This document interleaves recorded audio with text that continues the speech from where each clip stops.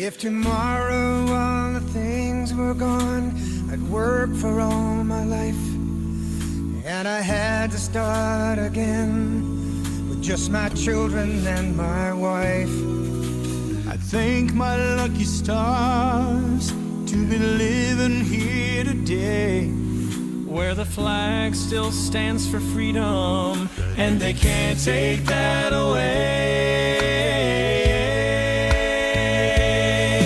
And I'm proud to be an American, where at least I know I'm free. And I won't forget the men who died, who gave that right to me. And I gladly stand up next to you and defend her still today, 'cause there ain't no doubt I love this land. God bless the USA. God bless the USA.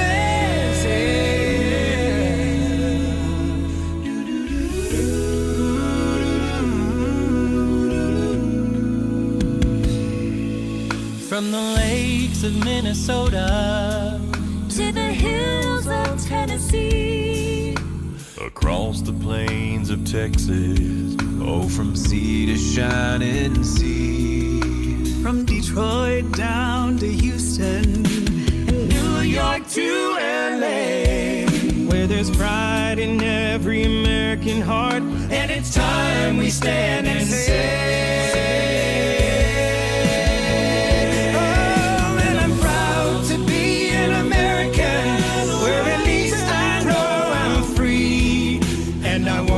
forget the men who died, who gave that right to me. And I'd gladly stand up next to you and defend her still today, 'cause there ain't no doubt I love this land.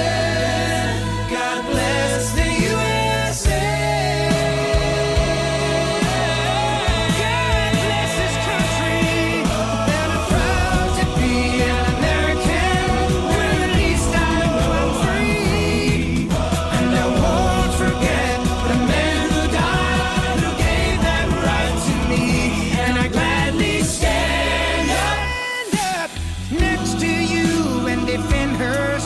Today, 'cause there ain't no doubt I love this land.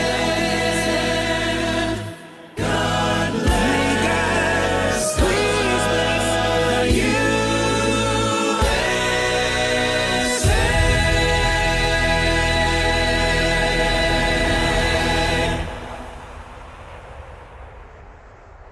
All right, that ends my marathon morning here. Now I'm going to take the back seat and let Dan do the driving. Dan Happel, connecting the dots, coming up right now. Good morning, Dan. Well, good afternoon. It's been a long day. You've been on for how many hours now? Probably 6 or so. Well, we're rolling into hour number 5. Oh, hour number 5. Okay. Well, thank you for being here, and thank you for putting that great lead in. I love that song. That's our new theme song for the radio program. Although I have to admit, the one before does have some merit to it, doesn't it? we one of our hosts heard that song and reached out to the guy you saw playing it there and asked for permission to play it, and he gave us written permission to play the song. And so I have when I listened to it, I went, oh my God, that's perfect. Mm-hmm. Especially now, right now, when so many people are starting to wake up, and us tin hatters out here are not so crazy after all. Yeah, no kidding. And it reminded me, I need to get Richard Gage on. We've got to have Richard on here very, very soon, because there's a lot going on in this world, and that guy had pretty well covered all of it. Mm-hmm. Well, today we're going to be talking to a couple of good friends of mine, Commissioner Randy Pinocci, who I've known for quite a long time now. Randy was a legislator in the state of Montana. He is now a public service commissioner in the state of Montana. At the time that Randy was in the House as a legislator, Brad Tschida, who is also a longtime friend that I met about the same time that I met Randy. And these are two gentlemen that have an idea that we need to be talking about today, and that is exactly how we are going to protect the First Amendment rights we have from all these big tech companies that seem very, very intent on censoring and shutting down anything that they don't agree with, which is basically anything that represents constitutional government, and anything that isn't Marxist or centered on a whole lot of very nasty, let's say, censorship of everything that we understand as free speech. So with that, Randy, good to see you, my friend. Randy's been involved with me with the Red Pill Expo. Randy is as I say, an ex-legislator, and he is also very involved with us at the Red Pill Expo and the Red Pill University and Freedom Force International. And he's kind of, I think he's turned into one of Ed Griffin's favorite children. He always gets huge, huge accolades from Ed because of all the work that he does to try to promote freedom around the country. Randy, welcome to the program. Tell everybody about your new program you're working with Brad and others in the legislature on. Dan, great to be here today. Can you hear me okay? Oh yeah, doing good. All right. So as everyone knows, Twitter's CEO came out and was recorded admitting using discrimination against the Trump campaign. But what was really amazing is he went forward and said, we're going to continue discrimination against Republicans in the future, and we have a lot of work to do, he said. Well, that got a lot of people very concerned. And with the current administration in Washington, Biden is our president, the Democrats in control of the House and Senate, I see what's important here is, can we find a way to police social media to stop discrimination? Well, I look at my position as the Public Service Commission, and I think it's a good fit. A little history about the Public Service Commission. In the beginning, we were doing railroads, and that's before we had electricity or natural gas. Railroads were very important. If a railroad wanted to haul cattle for one farmer and not another, they could force them out of business. And so the Public Service Commission was put in place so railroad was treating everyone safely. It was also treating everyone fairly, and it was such an important element to the United States. It was looked at basically as a utility. Now, as electricity gets on board, we then see very quickly that you could sell electricity to one town for more money than another, and maybe the town that generates electricity gets it, almost for nothing. Again, the public utility has to be regulated, and the Public Service Commission plays a role. Then natural gas was added to the list, then taxi cab service, and so on and so on. What I'm trying to tell everybody is the Public Service Commission has evolved through time. Well, today, what would be the next maybe place for the Public Service Commission to evolve? Well, if you look at the importance of the internet or social media, there are more customers in social media than natural gas and electric customers in Montana combined. And if we're going to have a company that is seriously going to discriminate against others, then we're right back to where, well, this could be where the Public Service Commission has to play a part. Now, I want everybody to know there's a couple ways we can skin this cat. The individual legislative sessions across the United States could implement laws through the legislature and try to handle it in the courts, not using the Public Service Commission. But I'll tell you, everyone, that's very difficult to get all 50 states to do legislation at the same time. It just isn't feasible. It would take years for one state to get caught up. Then the arguing on the House floor, how it should be different than Idaho or Wyoming or North Dakota. I see an easy way here where if we all just agree that the Public Service Commission could regulate this as a utility, I think that's the quickest way to do this. And if we have individual states policing it and regulating it as a utility, then you're taking the federal government out of the picture, and the individual states under states' rights, I think is the best way to go. And, Dan, what are your thoughts on this? Do you see this as a good idea?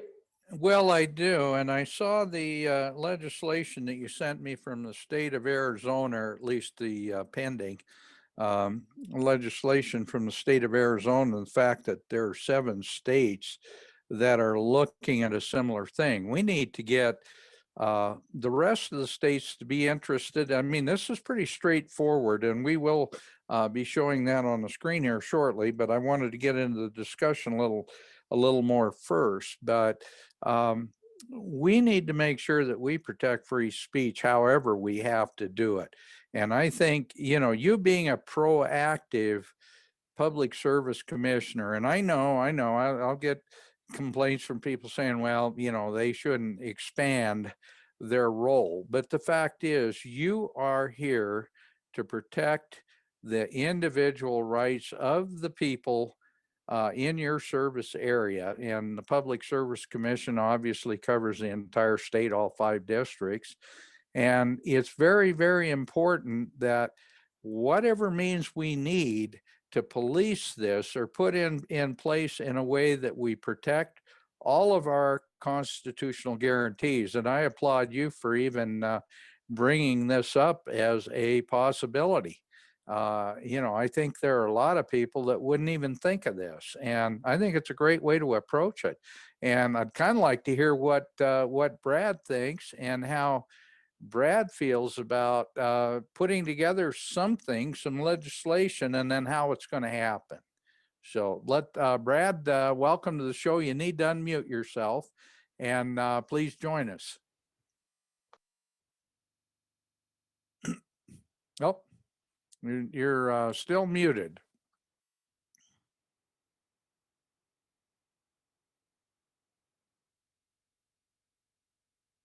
Brad, you're still muted. I'm sorry, but you need to unmute yourself. Uh-oh. Hey, Dan, well, Brad's working that out. I think we got it. We got it. We got it. did. Okay. Yeah, Good to see you, buddy. It's been a while, and I always look forward to seeing you.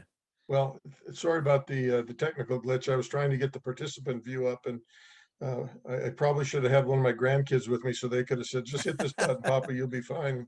We'd all been good. But no, I appreciate you having us on this show today, Dan.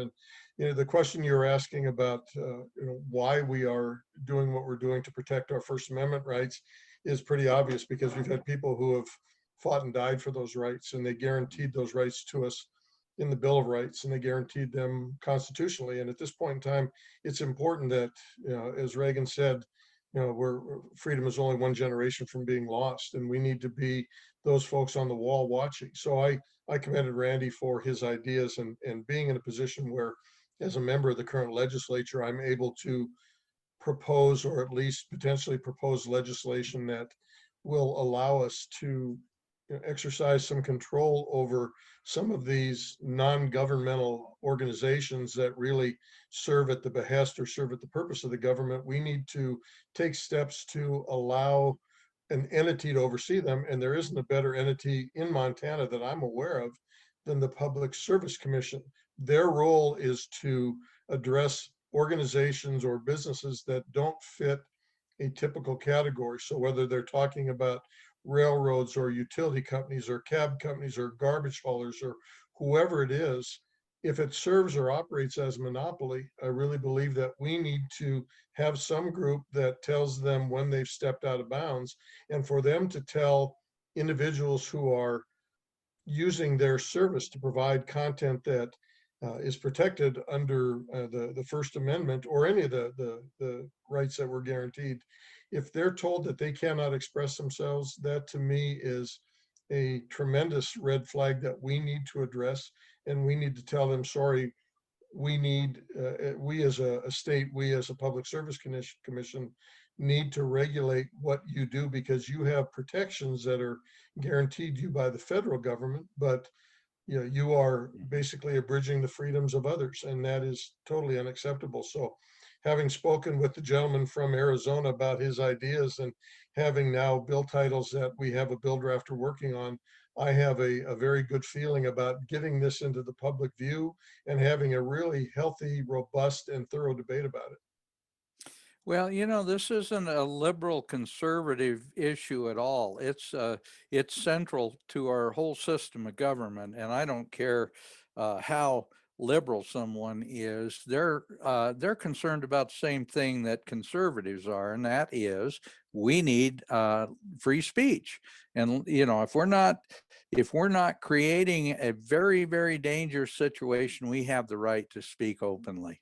And programs like we're doing right now on this network, on the Patriot Soapbox, are important because they present another side of an issue. If we've only got one side of an issue, we don't understand it very well. One of the things, and Randy, you can certainly address this, but one of the things that I like about the Public Service Commission being the group that carries this and does the administration of this is two things. Number one, you're a full-time commission. It isn't something that happens 3 or 4 months every other year. And so you're full-time, that's your job. And you also have the resources and the personnel to bring in whoever needs to be brought in as far as expert witnesses and people to fully debate this issue and bring it before the commission. So I like all that. Randy, you think outside of the box better than anybody I've ever met. You come up with some of the damnedest ideas. And to this point, I've never found one that isn't really, really valid. You think outside of the box, and that's what it's going to take to make sure they don't, as I put in my announcement, they don't put us in the Skinner's box and watch us jump to their little experiments. Well, Dan, I want to add a couple things to the reason I think this is a good idea. Your Public Service Commission is elected officials. So if you see that your Public Service Commission isn't acting correctly or maybe not in the best opinion of who they represent, they have the power to replace them. It's like the sheriff is chief law enforcement. One of the reasons that's so important is we elect our sheriff. If we give this to a department in the state where they're not elected, then the public really doesn't have any influence. I am directly responsible to represent my district in the state of Montana. People, that's what I'm trying to do here. When I saw the huge error that Twitter and social media has accomplished, you have to ask yourself, what can I do to correct this? What part can I play? So I simply applied those ideas. Then I reach out to the legislature. I'm going to pick a person who I've got experience with.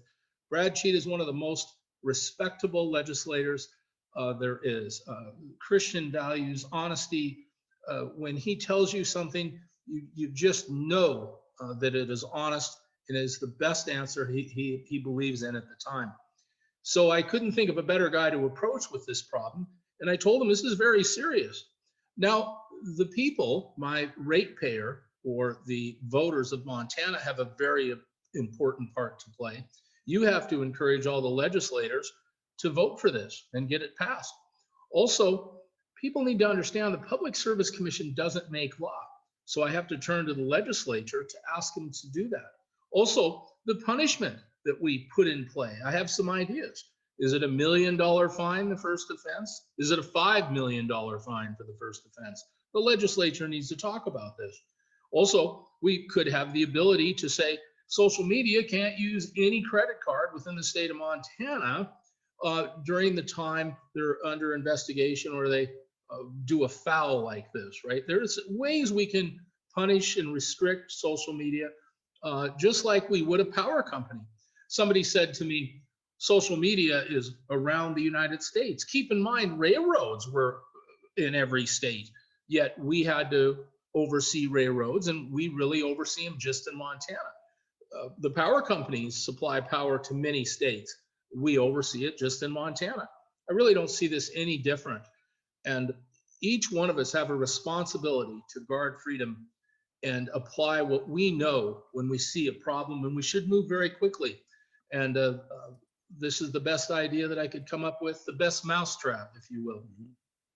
Well, I think it's a good one. One thing that I came away from the Arizona document that you sent me is that the under U.S. code, there really isn't a way to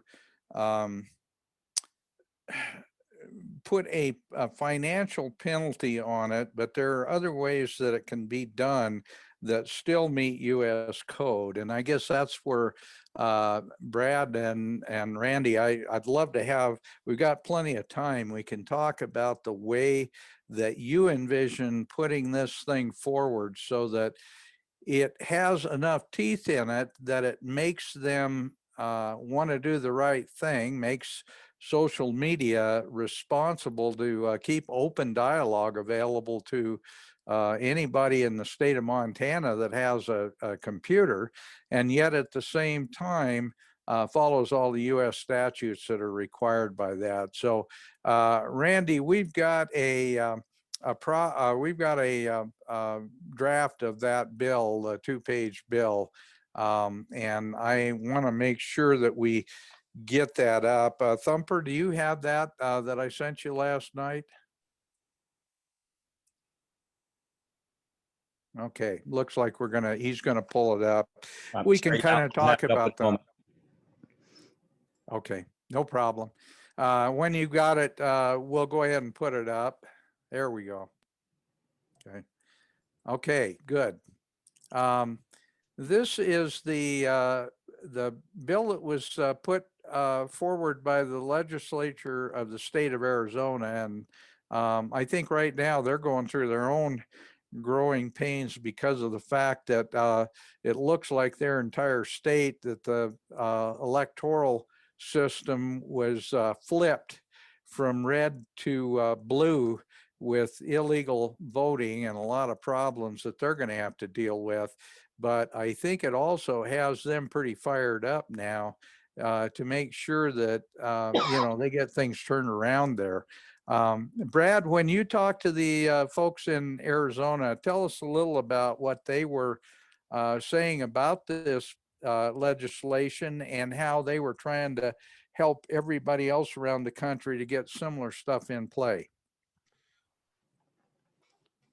I'm going to address something that Randy said a little bit earlier, if I can, Dan, and just very briefly, and then I'll hop to that question. Randy was talking about the role of the Public Service Commission as something that evolves.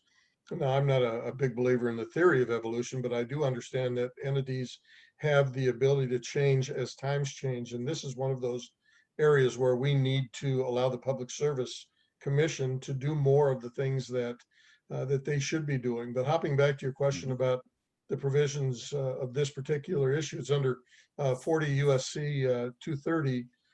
And what the author of this did was to take the law as it's written federally and cut and paste it into a state law. And we have to have our bill writers look at what the Montana code allows us to do.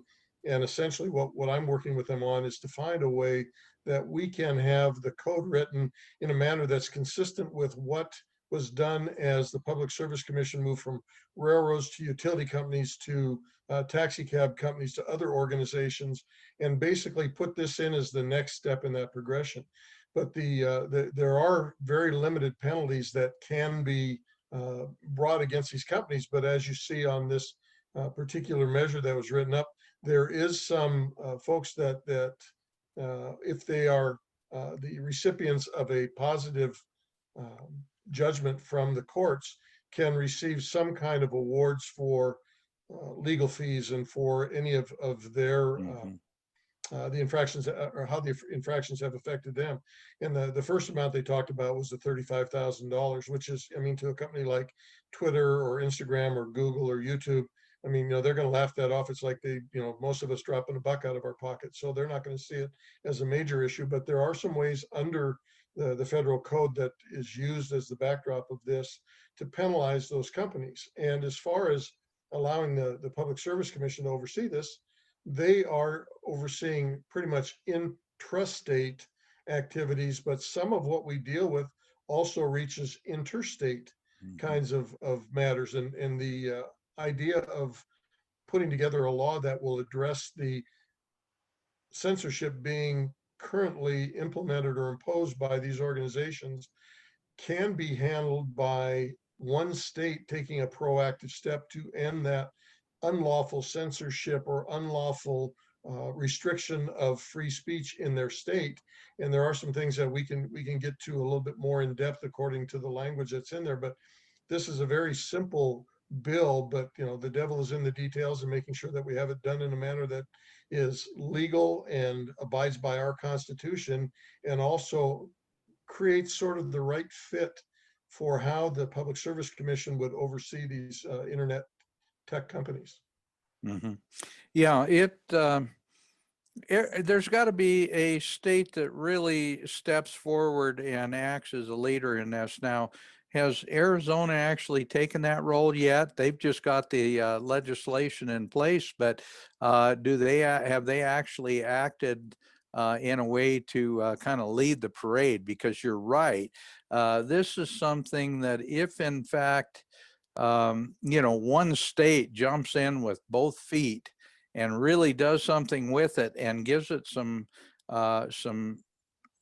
teeth, then other states are going to follow. And right now, you mentioned that Twitter, 35,000, that isn't even chump change to a organization like Twitter. Is there a way that we can put such a steep penalty in the suppression of free speech that they don't want to do it, that they back off and they start allowing, groups that are pro-Trump or conservative or pro-Constitution, whatever, that they don't agree with, give them the rights to free speech again? Well, later on in the document, Dan, there was a process that was recommended by the gentleman, the attorney who put all this together, that says after that initial $35,000 penalty that might be requested or implemented as a result of an unfair act by, or an unfair action by the internet service provider, there are means of creating daily penalties that will then begin to really strongly impact their bottom line. So again, the language in this particular portion of the bill that we are underwriting was taken right from the U.S. Code. So we're doing something that is currently protected under federal law. So nothing that we're doing can be stripped away from us, because we've done nothing more than take a section of the federal law and implement it in this bill. So there are some more consistent and higher impact kind of actions that can be undertaken by an organization like the PSC with Commissioner Pinocci and others to say, look, you have violated the laws in the state of Montana. Here are the penalties. And the penalties are set up such that the individual who is impacted by that can be dealt, or that the entity that's engaging in the restriction of speech can be significantly fined by or financially impacted by this. And the individual who is the recipient of that unfair practice by these internet tech companies would receive some compensation, and part of that would also go to the state. So there are some, I'm trying not to make it a revenue creator by any means, but I'm trying to set this up along with the gentleman from Arizona, along with Commissioner Pinocci, in a way that will help eliminate any of the censorship that's going on around the country. Because there's a provision in the bill also that allows somebody, or allows an organization, to set up residency in the state within a brief period of time simply by having a post office box. And that would allow attorneys from other states, if they have clients that are being subjected to discrimination or restriction of speech, to set up a shop in Montana and use our law to go after these internet service providers. So I really commend the gentleman who put this together, with the way in which he's created a law that can be very simply established in any state. And I don't think Arizona's done it yet. I think they're looking at it. So if we're the first one, great. If we happen to piggyback onto others, more power to us, because then we can go ahead and have multiple states that are addressing this issue as opposed to having just one Lone Ranger out there. So I think there are some very, very strong provisions in the legislation once we get it established that will get the attention of these folks and prevent them from restricting the speech of individuals with whom they tend to disagree.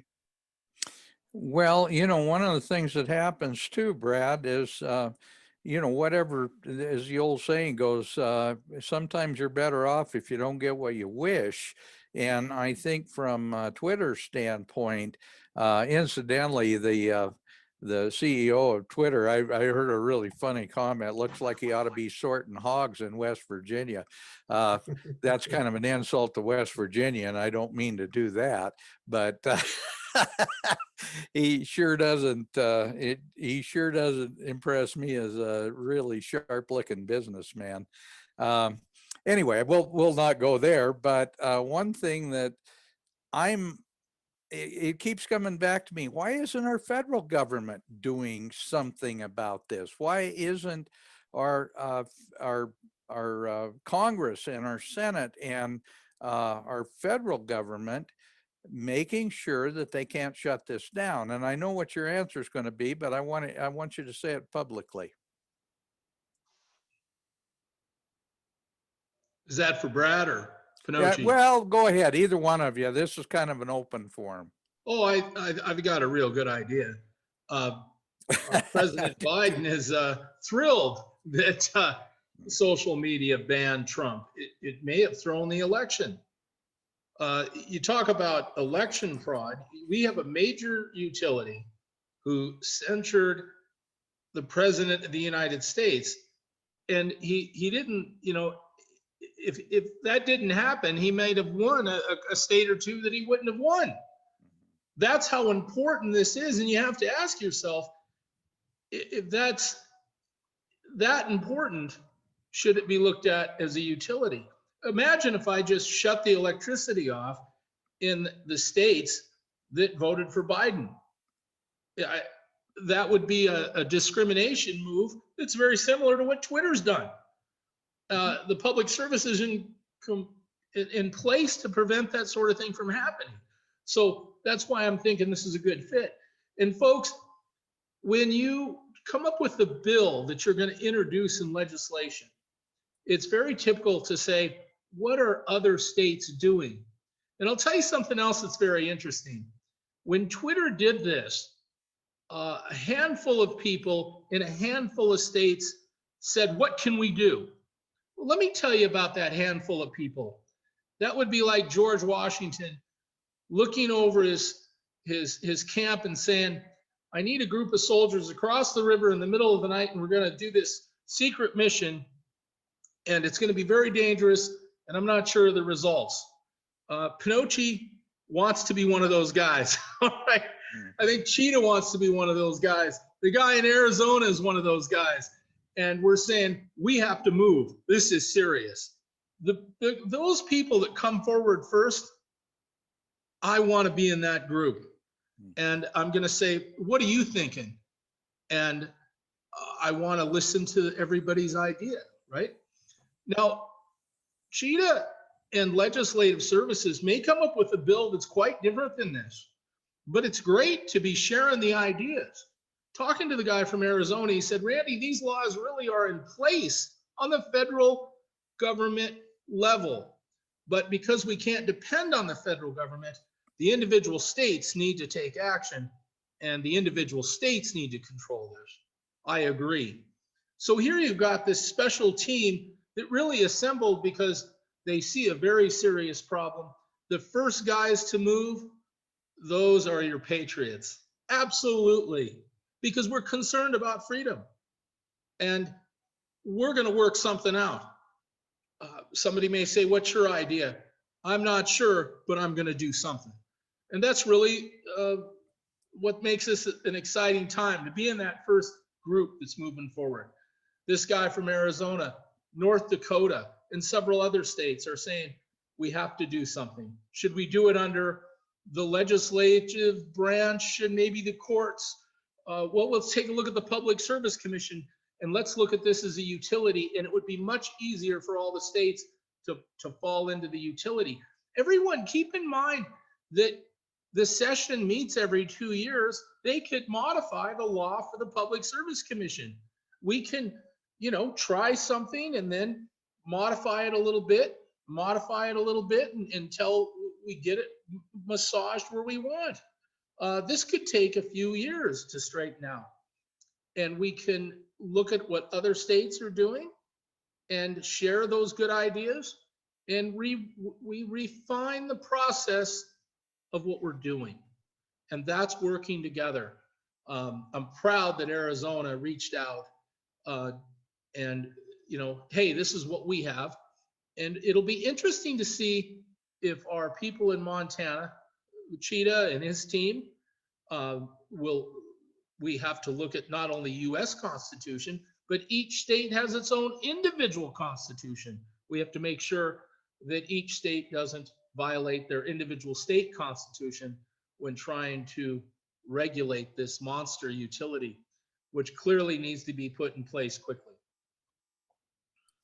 Yeah, you're right. Well, and this is a great place to understand the state's role under the 10th Amendment, why we have not only the right, but the responsibility to protect the citizens in that state. And frankly, when our founders put together our whole constitutional system of government, they did recognize that federal power could at some point in the future get out of control.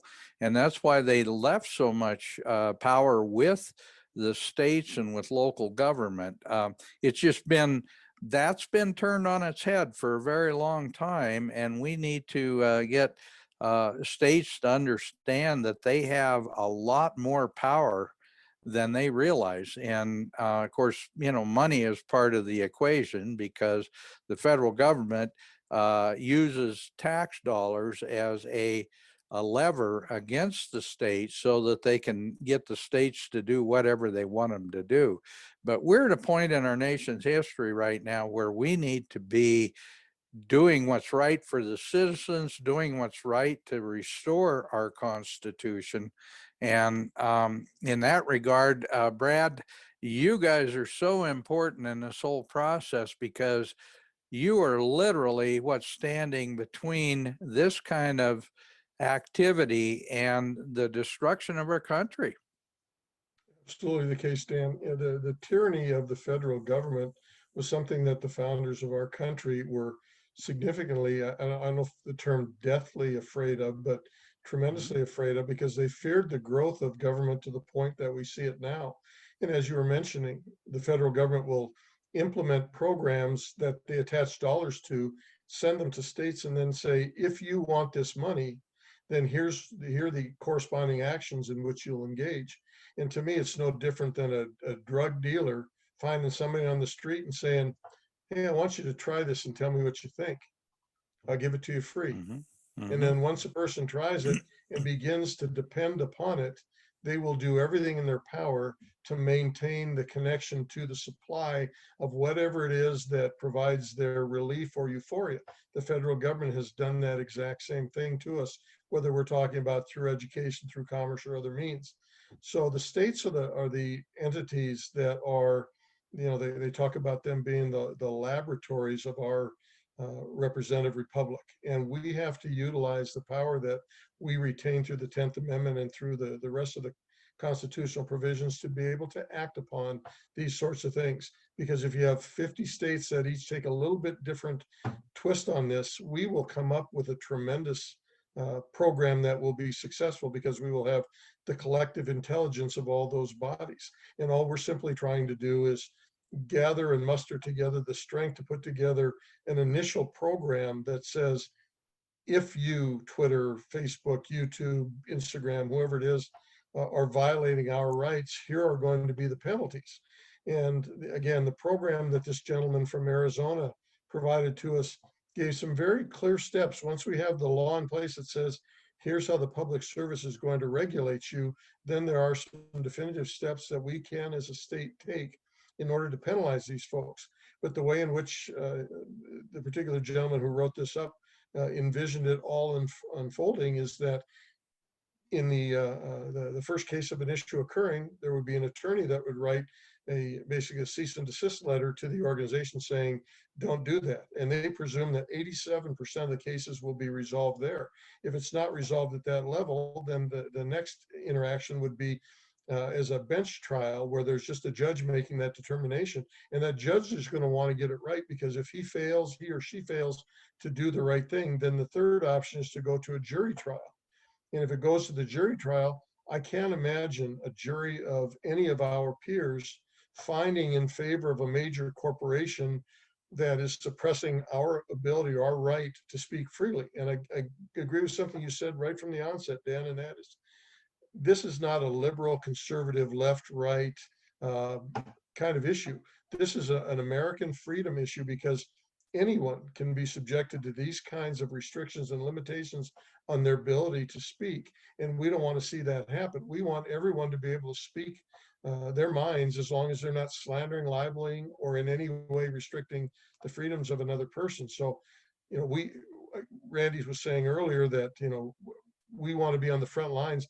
I obviously want to be on the front lines of doing the right thing. I want to make sure that, through, prayerful and thoughtful insights and communication, we make the best next right decision that we can. And in my estimation, this is the way the problem with these major internet tech companies is going to be addressed. And I saw in Poland that they're also taking action at this point in time. So this is not just a US phenomenon. This is an international phenomenon where people are saying, we've seen what has happened in these totalitarian, socialist, Marxist, communist regimes, where they have suppressed the ability of a particular group to speak.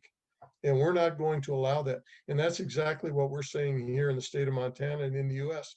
We defy the companies to continue to tell us we can't have our voices heard. And we're going to take every step possible to prevent them from overreaching as an extension of the arm of the Biden administration or any progressive totalitarian organization wants to come in and restrict the rights of the citizens of the United States. Yeah, as a matter of fact, Brad, our network has had censorship. We've last summer, when we were getting some very popular programs out, we had that happen on this particular program. We had one that YouTube banned us because we had over a million views on one of our programs, and they just shut it down. And we kept coming back and doing the same kind of thing. And for, I don't know, for what, about 3 months, Thumper, we were on and off the air. We never knew if we were going to be able to have any programs that could be recorded and left for perpetuity. So we know how it works. We've been there. We've done that. Randy, I want you to talk a little bit about your experience in working with other public service commissions around the country. I know you're involved with a couple of important groups on a national level because of your proactive stance on the role of the public service commissioner. And I want to get your feel for how you think this will be accepted by other public service commissions around the country. Great question. So NARUC is the association that puts together all the public service commissions across the United States. And they have been around as one of the oldest committees in the United States. NARUC goes back to the 1800s. And when you would arrive at a NARUC convention, if you will, they will have all these different subjects to talk about, like electricity distribution across the United States. That could be one department. Another could be clean coal. Another one could be transportation. And I was very eager to get to these meetings, explaining to them that that Montana does not make enough electricity to supply its needs. We have to import it. But I firmly believe that Montana should increase their energy production so they're not dependent on other states. But with the amount of coal Montana has, we could produce an excess of electricity to export to other states. With California being shut down because all the environmentalism says no more coal, the state of Washington, their legislature met a few years ago and said by 2022, they won't accept any electricity generated by coal at all. Well, Dan, as you know, hydroelectric dams are being disassembled in Oregon and California. Folks, guess what happened? The price of electricity went up.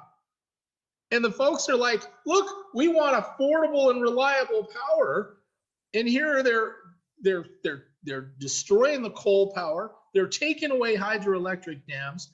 So I said, I see a problem in our future where the United States is going to be energy deficient. I have one of the largest nuclear facilities in the world in Montana, Malmstrom Air Force Base. And you know, people don't realize that if Montana broke away from the rest of the United States, we'd be a third nuclear power. I don't think electricity deficiency is going to be good for our national defense. Do you? Well, they said, you know, you're pretty excited about all this. Would you consider sitting on our National Energy Board? And I said, okay. And then I told them that coal, if the concerns are that it's not clean, and I tell you, nothing comes out of the coal strip stacks except water and carbon dioxide. That's it. Carbon dioxide is what plants use to live.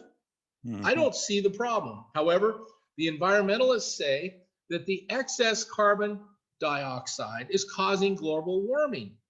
Well, Mitsubishi's come up with a carbon capture unit that won't let any carbon in the atmosphere.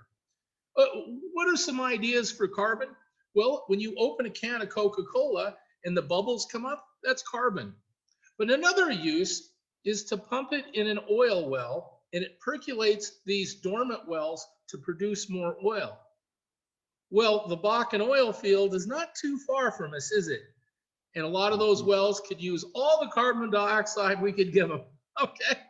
And they might even share in some, if we could double the capacity of an oil well, they might give half of it to the people that supplied the carbon. So Pinocci had this crazy idea of having carbon pumped in the oil wells in North Dakota and Montana to get them to produce more oil. Then the carbon is captured underground. So they were kind of saying, hey, those are the good ideas we need to be thinking about. Well, now Biden's president. And what he said is he's going to shut down all coal. Folks, let me tell you something.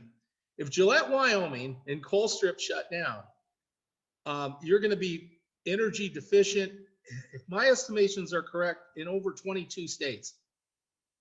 Now, if we're going to put in a bunch of wind turbines and Biden says all these people out of work can build solar panels, I'm not going to be able to make electricity at night, and I won't be able to make it when the wind's not blowing, which means I guess your electricity will just be off. So I had some real concerns and have brought that to my two new committees. I'm on electricity and clean coal. And now I could say we need to come up with a new committee for taking a look at utilities as the Twitter or Facebook or internet, social media, and perhaps I could chair that for the whole country. But we have serious problems in front of us, and the Biden administration could cause a serious energy shortage for the country. Remember, if we were to build hydroelectric dams, it could take 20 years to get caught up with all of the coal that could be shut down overnight. And they have great power. With the power of the Senate and the House and the president, they could do things that could be very detrimental to the security of this country. and the public utilities that we have in place. So keep all that in mind. Well, Randy, part of it too is the job loss, and I know you've worked with Chief Not Afraid at the Crow Reservation, and you've been on here with him. We've done a program on that, but we're talking major reductions in jobs in Montana. There's going to be a lot of jobs that are going to be lost as a result of these crazy ideas. And nationwide, I think the estimates that I've seen are somewhere around 4 to 5 million jobs. When you add all these different programs that he's shutting down, add them all together. And I'm talking the construction of the wall down on the southern border. We're talking about the XL pipeline. We're talking about any new leases on gas or oil production around the country. There's so many things that are tied up in this, and it's the reason that the Trump administration got the economy back on its feet after all those years under Obama where everything was just dying off. And we need to make sure that, and you're in the position as a public service commissioner, to make sure that the people in our state understand just exactly what's involved here. And your comments are excellent, because we could literally make our state, where it was energy dependent on other states around us, when we have more than enough ability to create a very big excess of power that we could send all over the country. Well, keep in mind, Dan, that when California just a few months ago had rolling brownouts, this was a result of the coal fire units being shut down, and also, very importantly, the hydroelectric dams that have been torn down. When I go to people and tell them that, do you know hydroelectric dams are being disassembled, completely removed? I have some people that just simply don't believe me. And you can go online and look at the dams that have been removed and future dams they want to remove. Now, keep in mind, California has had these rolling brownouts just a few months ago. What's going to happen if Biden shuts down the coal plants? We're going to have rolling brownouts across the United States. And Dan, you estimate the job loss? Oh, my friend, you're way off. Because when there's no electricity, what are the factories doing? Yeah. How many people are going to go out of business because they have to have consistent power? Are we going to have power problems that are so extensive that we won't be able to heat homes in the wintertime and all the pipes in the home freeze? How many billions of dollars of damage is that going to be? You know, Biden talks about how important it is that we handle COVID-19. If I have 4 or 5 states that are in 20 below weather and have no electricity, the senior citizens and the children will probably be the most vulnerable. We could lose thousands of people with no electricity. Okay? Millions. Or energy. Millions. This is absolutely stunning to me that we do not see this great shortage that can happen ahead of time. And who better to recognize that than the guy in the Public Service Commission that polices it? Right. So I have been telling NARUC for the last few months that this could be a very situation, and they're saying, well, put them on the board, and okay, fine, but what are we doing about it? Nothing. Okay, this is ridiculous. If we're going to take out a hydroelectric dam or shut down a coal plant, if I'm going to have safe, reliable, affordable power, I have got to have something to replace it before we shut it down. Mm-hmm. And my friend, I don't think they're thinking like that. We are already behind in producing electricity, okay? Because of what they've removed from the market. Mm-hmm. Well, Randy, I guess this is a great lead in to say that you were the legislator who introduced a bill to basically to restrict any Agenda 21 programs in the state of Montana, or to completely eliminate them, really. And that was back when you were a legislator in Montana. Brad, I know you were part of the group that was promoting that bill. And I helped to write it. I helped to do the presentations on it with Michael Shaw. But anyway, this is at the center of all this. This is Agenda 21 driven stuff. And of course, what we're seeing from the Biden administration is almost a complete buy-in to the whole Agenda 21 program. Now, I don't want to get too far afield because I want to stay on this subject of how social media is doing censoring, but all these things are tied together. All these programs are tied together because the people who are promoting a lot of the sustainable development, Green New Deal and all this stuff are the people that are promoting the social media sites.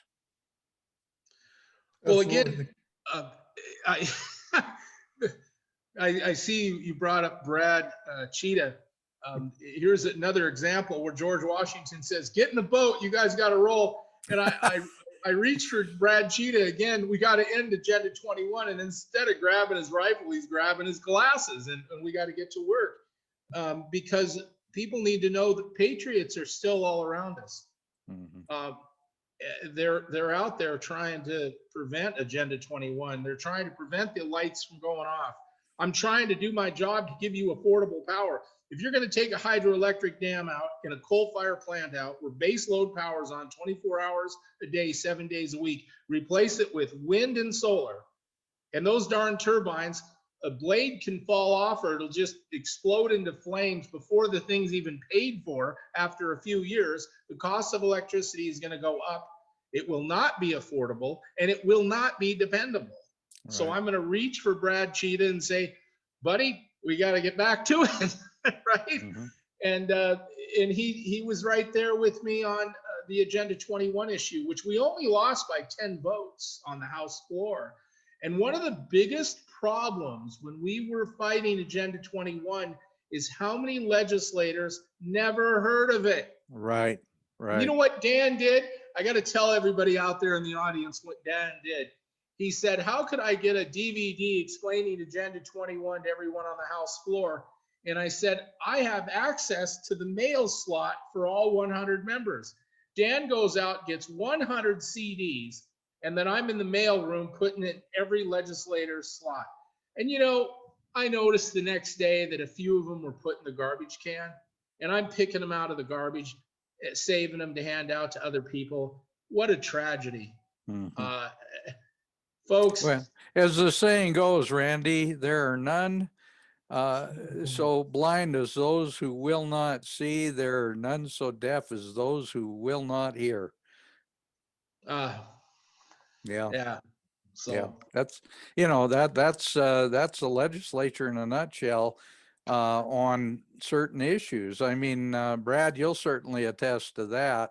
But the point of this discussion is that if anybody that is in, let's call a liberal or, you know, a liberal Democrat, a progressive, whatever, I don't think anybody can argue that we should eliminate all rights of free speech.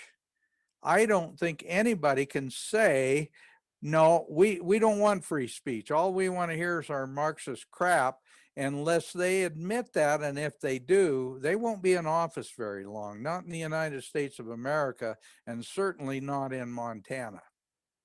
Well, here's the message. The reason I didn't win Agenda 21, and we only lost by 10 votes, is I didn't have enough Brad Tschidas. So people, you got to elect more Brad Tschidas. And I need them now more than ever because we are on the brink of being real trouble, right? Look what has happened in the social media. You know, I hope I have enough Brad Tschidas to make it work. Otherwise, what are we going to do? Kick the can down the road and social media will continue to do what they want? That's why so many people across the United States jumped up and said, let's roll. What can we do? And that's what we're trying to do.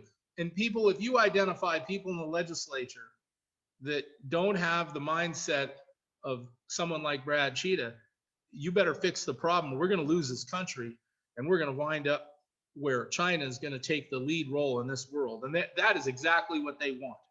China is really very near overtaking the American economy. And it's stupid mistakes like this that's going to let it happen.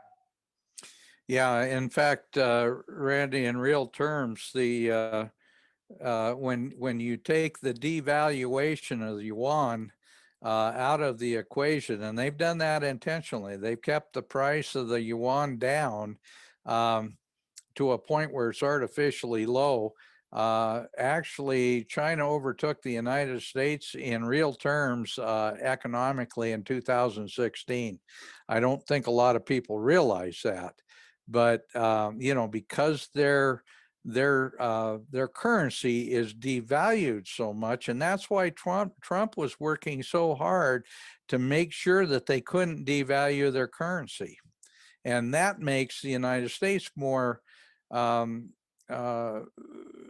more competitive in international markets in trade. You know, it's been a one-way street for the last 25 years, and we've been handing our country over to communists worldwide, and it's time for us to stand up for liberty. Brad, I want to get you back in the conversation here, because you're hearing a lot of things that I know you're very passionate about. I don't want to get too far afield off the idea of the social media, but tell us what your experiences are on some of these things that Randy was talking about with public utilities, with Agenda 21, a lot of these other things. You can tie China real easily back into this issue, because they are using elected officials as their conduits for trying to turn our country around. I mean, take no farther look than the president and his family and how they've benefited from their dealings in China. I mean, it's just been absolutely abhorrent that something like that would be allowed to go on, but we see that occurring.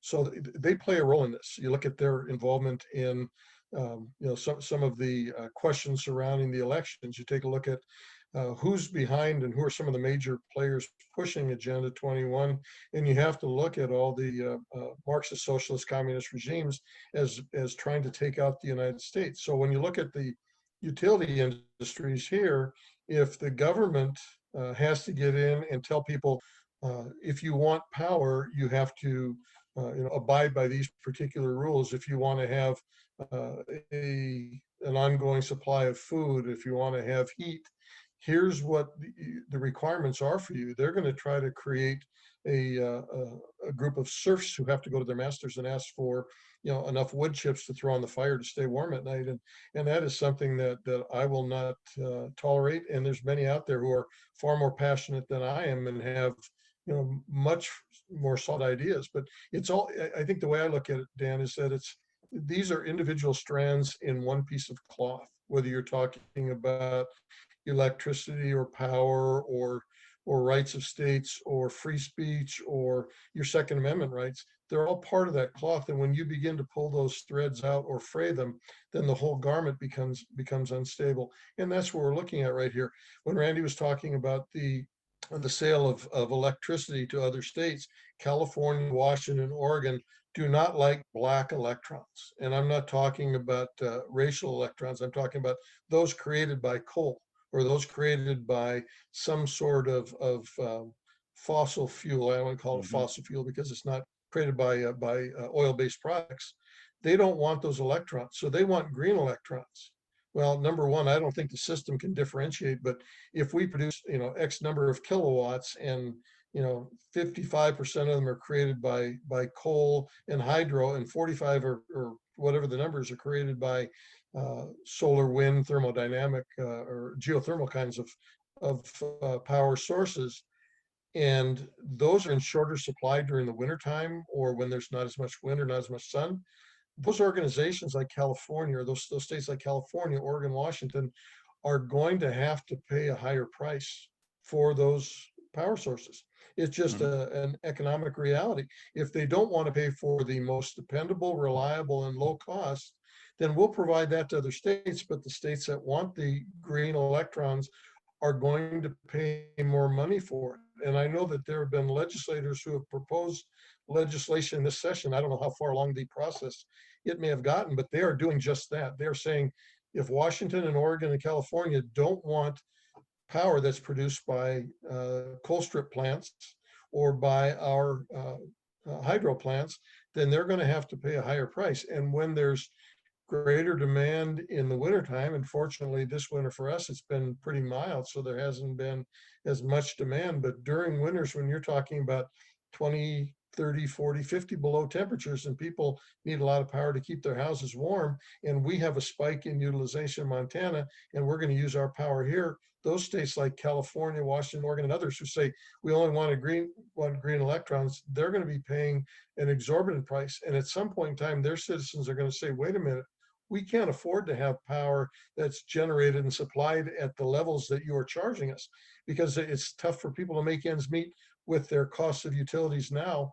How are they going to pay for it if those costs double, triple, or quadruple during times when there's not a supply surplus, when we're dealing with very limited supplies, and we're going to take care of those who will take the power from the hydro plants, the power from the cogen, or from the natural gas plants. So they're going to have to find themselves down the line in terms of who's prioritized as it comes to providing power. So I really look at all the things that we're dealing with now as individual pieces of this whole process. And when you take one out, or when you start to fiddle with or erode one, it has a tendency to impact others. And so we need to take a look at making sure that we maintain all the rights that are available to us. And the issue of speech, as we as we cycle back to that at some point in time during the rest of the program, we need to severely and sincerely take a look at this and make sure that we are guaranteeing those rights, because once one right is taken away from us, the others will then have a propensity to potentially fall victim to the same actions by government overreach. Mm-hmm. Yeah, in fact, we refer to it here as connecting the dots, that fabric that you're talking about, because one of the basic laws of physics is every action has an equal and opposite reaction. There's a consequence to every action. And right now, what's happening in our country with all the green legislation, the shutdown of the XL pipeline, all the other things they're doing are going to have huge impacts on our country. And that's why I believe that the social media, who have been very, very complicit with the Biden election, the Biden, being, and I'm not going to get into whether or not it's all legitimate, but the bottom line is they had a huge part in that process, and they're going to have to guarantee free speech to our citizens so that we can have programs like this where we can talk about legitimate alternatives to some of the crazy programs that they're doing. Yeah, and I'm just going to pipe in real quick, and then if Randy has some comments, let him jump on, or let you guide us where we want to go, Dan. But on the 20th of January, when President Biden was sworn in, we had a Democrat member get up and speak flowery about how great our democracy is, and watch how it works in this peaceful transition of power. It's a glorious day for all of us. And I'm sitting there thinking, how glorious is it?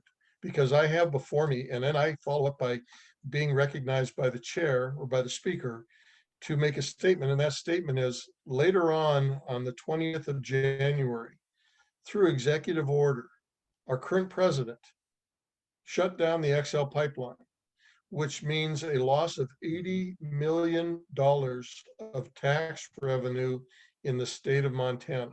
It means a loss of $16 million worth of tax revenue for schools. It meant the loss of 800 good paying jobs in the state of Montana. So when we take a look at the impact of one action in one state by our current president, and how that is affecting the lives, the prosperity, the well-being of people in the state of Montana, it caused that person to the Democrat who had just got up and spoke so happily about what was transpiring, to really stop and take a look at the impact that this was having on the very lives of the people that they purportedly represent.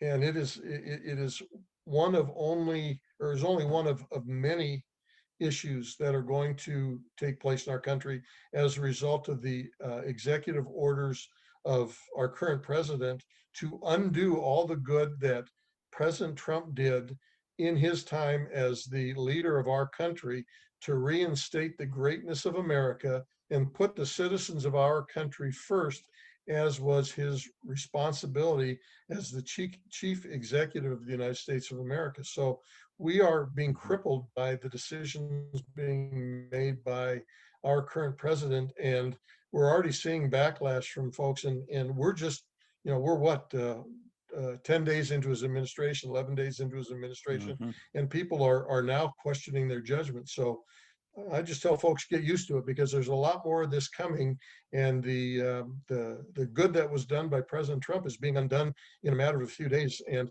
it will not easily be reinstated. And folks, we still have, for all intents and purposes, 4 years of this administration to do damage to our country and to citizens here and to the entire world. Yeah, Brad, as a matter of fact, you mentioned the 800 jobs. Those are the direct jobs. Think about the grocery stores and the hardware stores and the people who build homes and the people who, generate other activities that are subcontractors that supply trucks and parts and all the transportation, everything that's part of this whole thing. And generally, if you see a number like 800 jobs that are directly impacted, you can normally multiply that by about 10 times to find out how many jobs are really being affected. And it would translate the same way. That would translate into tax dollars. That would translate in ways that we can't see until the whole thing falls apart. Randy, I want your input too, please. Well, back in 2015, I supported the XL pipeline. Oddly enough, the Democrat Party with the unions campaigned against my campaign. And Barack Obama personally put a stop to the XL pipeline. So I went to the unions and said, so you support my opposition, which shut down the union jobs, while I'm trying to support union jobs. I'm telling you, people, the unions had better wake up. The Democrat Party's not supporting any union jobs. The Republican Party is. And the Democrats are shutting it down. But yet the Democrats support the unions, and they put money against those that are running for office supporting the XL pipeline. As soon as Biden got into office, a Democrat, he canceled the pipeline. Yet the Democrats support the unions. This is the craziest thing I've ever heard. Look, if you're going to be in office representing the people, you can make the decision to follow or to lead. And I want to give everybody an example. If Brad Tschida had Steve Daines' position in the US Senate, and I had, say, John Tester's job in the US Senate, here's what Pinocchi would be doing with Tschida right now. I have to have the ability to tell you the concerns I have with Biden. And I have to know about the problem that's going to affect us before it happens. So here's what I'd be telling Tschida we need to do. If we were the US senators in Montana, I would want a bill introduced that would say something like this. When you shut down all the coal plants, I need a guarantee, I need a law that says Montana will have all the electricity it needs in the wintertime so I can protect my people. Protect the billions of dollars of pipes freezing, homes that would be destroyed with water damage. Imagine if your floor was heated by water and the floor busted up because all the water lines in the floor busted. You've got to look at the amount of people that would be without water and energy and freezing to death. So I want to head that problem off before it happens. Now that's the type of thinking we need in Washington right now. And I'm telling you, what I'm telling you probably isn't being thought of by any senator. Not that I know of, certainly not the ones from Montana.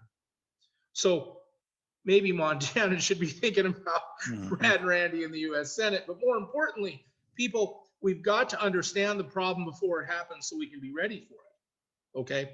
And I'm foreseeing a huge energy shortage. The XL pipeline, it isn't just the jobs. If the XL pipeline is installed, the tax revenue that it pays to Montana in the individual counties after it's installed, folks, it's in the millions of dollars for each county. We're talking about funding for schools for as long as the pipeline is being used.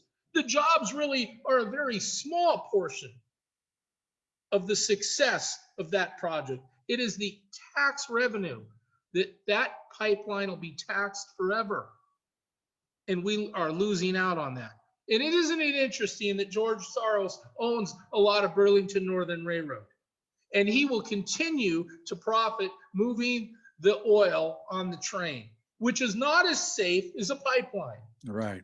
The Public Service Commission happens to police railroad safety. Let me tell you something, folks. If you have the choice of moving oil and gas on a train or a pipeline, the pipeline is far more safe to this country than train cars. And cost effective. Absolutely. And who profits? A Democrat. I would say George Soros called Biden on the phone and said, okay, cancel the line. I got to keep my train going. And the farmers are saying, well, we don't have a dog in this fight. You're wrong. Because guess what? The price to move your grain by rail increased sharply after we started moving oil by rail by 2 or 3 times more than we ever have.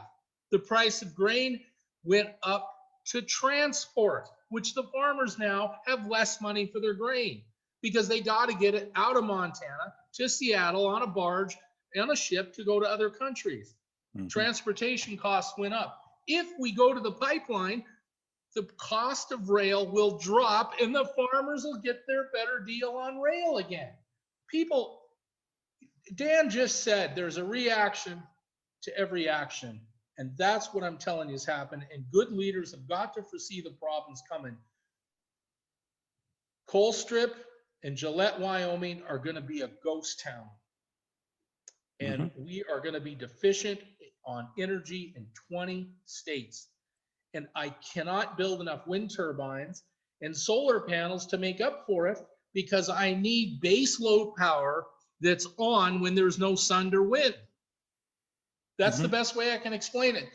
Tschida, if Tschida and I were in the Senate, I'd have a whole boatload of bills being introduced to react to what Biden is going to do. And that's what we better be doing. And this radio show is important because I'm going to be emailing it to everybody saying, I told you so on what's today's date? January 31st, 2021. Yeah. There you go. Yeah. I got a song for that. You got a song for that, huh? All right. I love it. Hey, Randy, I have to tell you, you're hitting this one time after another, right on cue, right on line. And what it boils down to is our country is being destroyed right in front of our eyes. Brad, you said the same thing. Our country is being destroyed in front of our very eyes by people who not only couldn't they drive the car, they wouldn't have the slightest idea how to build the car or even put gas in the car. These people are completely losing the entire picture. And you mentioned the hydroelectric, Randy. They've announced the Green New Deal. Part of the Green New Deal, Agenda 21, is to eliminate over 6,000 hydroelectric dams around the country. Now, you get rid of that much hydroelectric power, there's nothing even close to being able to replace that. And coal, we're the only country in the world that is getting rid of coal. China, India, everywhere else in the world, they're building coal plants as fast as they can build them, and they're dirty coal. They don't have the scrubbers. They don't have the ability to clean them like we do. That's absolutely true. The reason so many countries are building coal plants, people, is a lot of countries don't have enough electricity and their people just simply don't have it. There are millions of homes around the world that have no electricity at all. We just don't know that. Mhm. Now, as these countries decide they're going to expand the electrical power, they find that they don't have rivers. There are over 200 countries on the planet. Many of them don't have rivers. They won't be able to have nuclear energy. And coal is affordable and it's easy to make work. So as a result, there's over 100 coal plants being built today. Well, what I simply was trying to tell the Crow Nation was, if we can't burn coal in the US, we need to be able to ship it to these over 100 countries that are building coal plants. Now, the Crow coal burns cleaner than other coals around the planet, some of the cleanest coal in the world. So we have a higher BTU rate. For those that are wondering what a BTU rate is, a low quality coal could burn at, say, 2,500 degrees. A high quality coal can burn at 5,000, okay? So our high quality coal also has less ash or acid as a result of burning, so it burns cleaner. The environmentalists in the planet should want Montana coal being burned in all of these new facilities because it's better for the environment. And the environmentalists have no chance of shutting down the coal plants in these countries. They'd have no choice and they're going to do it anyway. Well, I've suggested that Not Afraid and Crow Agency put their own coal port in Washington. By the way, Washington has refused to ship coal. This affects the industry in Montana and Wyoming. Actually, our Attorney General, Tim Fox, filed a lawsuit with Wyoming because Washington is preventing our commerce. Pinocci's idea was any shipping container that comes from Washington, is that as soon as it crosses the state line into Montana, we tax it. Yeah, huge tariffs. That'll do You it. bet. And that'll teach. And by the way, folks, this is exactly what happened before the Civil War. The states were pulling this game of, well, if you're not going to buy the product from us, we're going to control you. And it was a battle over states' rights. This is exactly what we're seeing now. Washington is preventing Wyoming and Montana from shipping coal. So I've reached out to the reservation and said, can we build a shipping port on the reservation in Washington that's on the coast and put our coal facility port there where we can ship coal? And let's get a ship owned by the Crow and start delivering coal to all these countries. In fact, I wanted to name the first ship Not Afraid. Well, I'll tell you what, I'd like that a lot better than a casino. Well, I told them the future for Native Americans is not be dependent on a government check. They have huge advantages because of their sovereign nation. Can we do commerce and create business on that? We can't build a nuclear power plant in Montana because their state constitution doesn't let us. However, Pinocci thinks we can put a nuclear power plant on a reservation because they're a sovereign nation. And the reservation could make millions of dollars with making electricity that has no carbon footprint, no exhaust. It could be underground and it will meet our power needs that we're desperately going to need very quickly. I'm trying to come up with something to fix a problem that's going to become very important very quickly. And the reservation should be able to generate electricity without the federal government overreach, and I could make them all trillionaires because we're going to have to replace 6,000 dams very soon. Yeah, no, you're right. Well, I want to get back kind of into the information technology area because this is going to be so darn important for our country. We need to get to the point where we've got free speech again. And Brad, I know you are working with Arizona on that.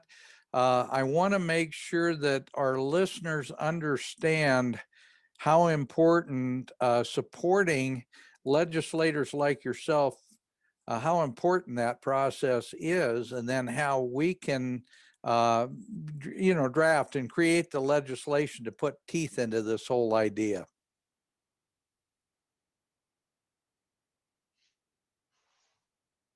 Brad, are you there? It looks like he might be Well, first of locked all, up. addressing the I think question of he's frozen support up of there, Dan. legislators. Yeah, I think so. Oh, wait a He minute. might Doing the be. work of the people that they represent need to be supported. Oh, there he is. There we go. Okay. Yeah, I don't know if it has to do with my internet connection. Every now and then it kind of gets a little wonky, but the folks who are doing the work of the people they represent need to be undergirded a bit with support from back home. We need to hear from people when we're doing a good job. If we're not doing a good job, they need to let us know that also. But when I've run in the past and have been successfully elected now 4 times, I just tell people, here's what I'm going to do. I go to Helen and do it, and then I come back and report what it was that I did on their behalf. But people need to continue to look at not just what people say, but what they do, and look at historically what their background and activities and decisions and practices have been. And we need to look at doing what's right for people in our particular districts, but also in the state of Montana. And at this point in time, we have the ability right now with the supermajorities that we have in both the House and Senate and a governor on the second floor to do some tremendous things for the state of Montana. So as an elected legislator, my job is to serve the greatest good of the greatest number of people. And I'm not going to get everything right. And I'm not going to do things that everybody agrees with. And I understand that going in. One of the beauties or ugly parts of what we do is that oftentimes only maybe 55% of the people agree with the decision that we make. And oftentimes that 55% is not the same that agreed with us on the previous decision. But if people want to hear what we're doing, they need to ask questions of us and really check out what it is that we're doing, because there are an awful lot of commentaries that you see floating around from folks that aren't based in truth. I mean, we've had all kinds of comments already from folks concerning decisions that are going on, whether it has to do with life issues, with free speech issues, with gun issues, where people are jumping to conclusions and they are not basing their comments to us in fact. So simply put, I want to hear from people who have constructive input to provide me so that I can, help make the right decisions for folks like Commissioner Pinocci to, implement decisions that are going to be advantageous for people in the state of Montana. And cycling back to the idea of free speech, that's a critical issue for us, because if the people who don't agree with us on that particular measure were to stop and think for a moment, if their speech was suppressed, they wouldn't be able to express to me as a sitting legislator what their beliefs are, what their problems are with the things that I could do. If I happen to be in a party that could just control the media and control what they tell us, they wouldn't have any opportunity to express themselves. I want to hear from people. I don't always agree with what they have to say, because I have my values and my beliefs based upon what the Republican Party sets forth in their platform, on what my Christian principles tell me are right, on what the Constitution tells me I'm able to do or not do. And right now, the folks, internet technology companies who are preventing us from, or preventing some of us from having our voices heard, are telling us we can't exercise our constitutional rights. And as a believer in the Constitution, the support of the Constitution, I can't abide that. I need to be a person that tells folks, listen, we are entitled to our God-given rights. They don't come from government. Government simply protects those. So the right to life, the right to liberty, and the right to pursuit of happiness or property are the fundamental rights upon which our government is established to protect those rights for us. And I'm going to do everything in my power to do the right thing to protect those rights for citizens in Montana, hopefully beyond our state. Brad, one of the questions I have is that going through this legislation that is proposed in the state of Arizona, it's not written in a way that really hands the reins over to a public service commission. How do you plan on working out those issues and drafting that. Have you got any ideas about how it needs to be structured so that you can turn that over to the Public Service Commission?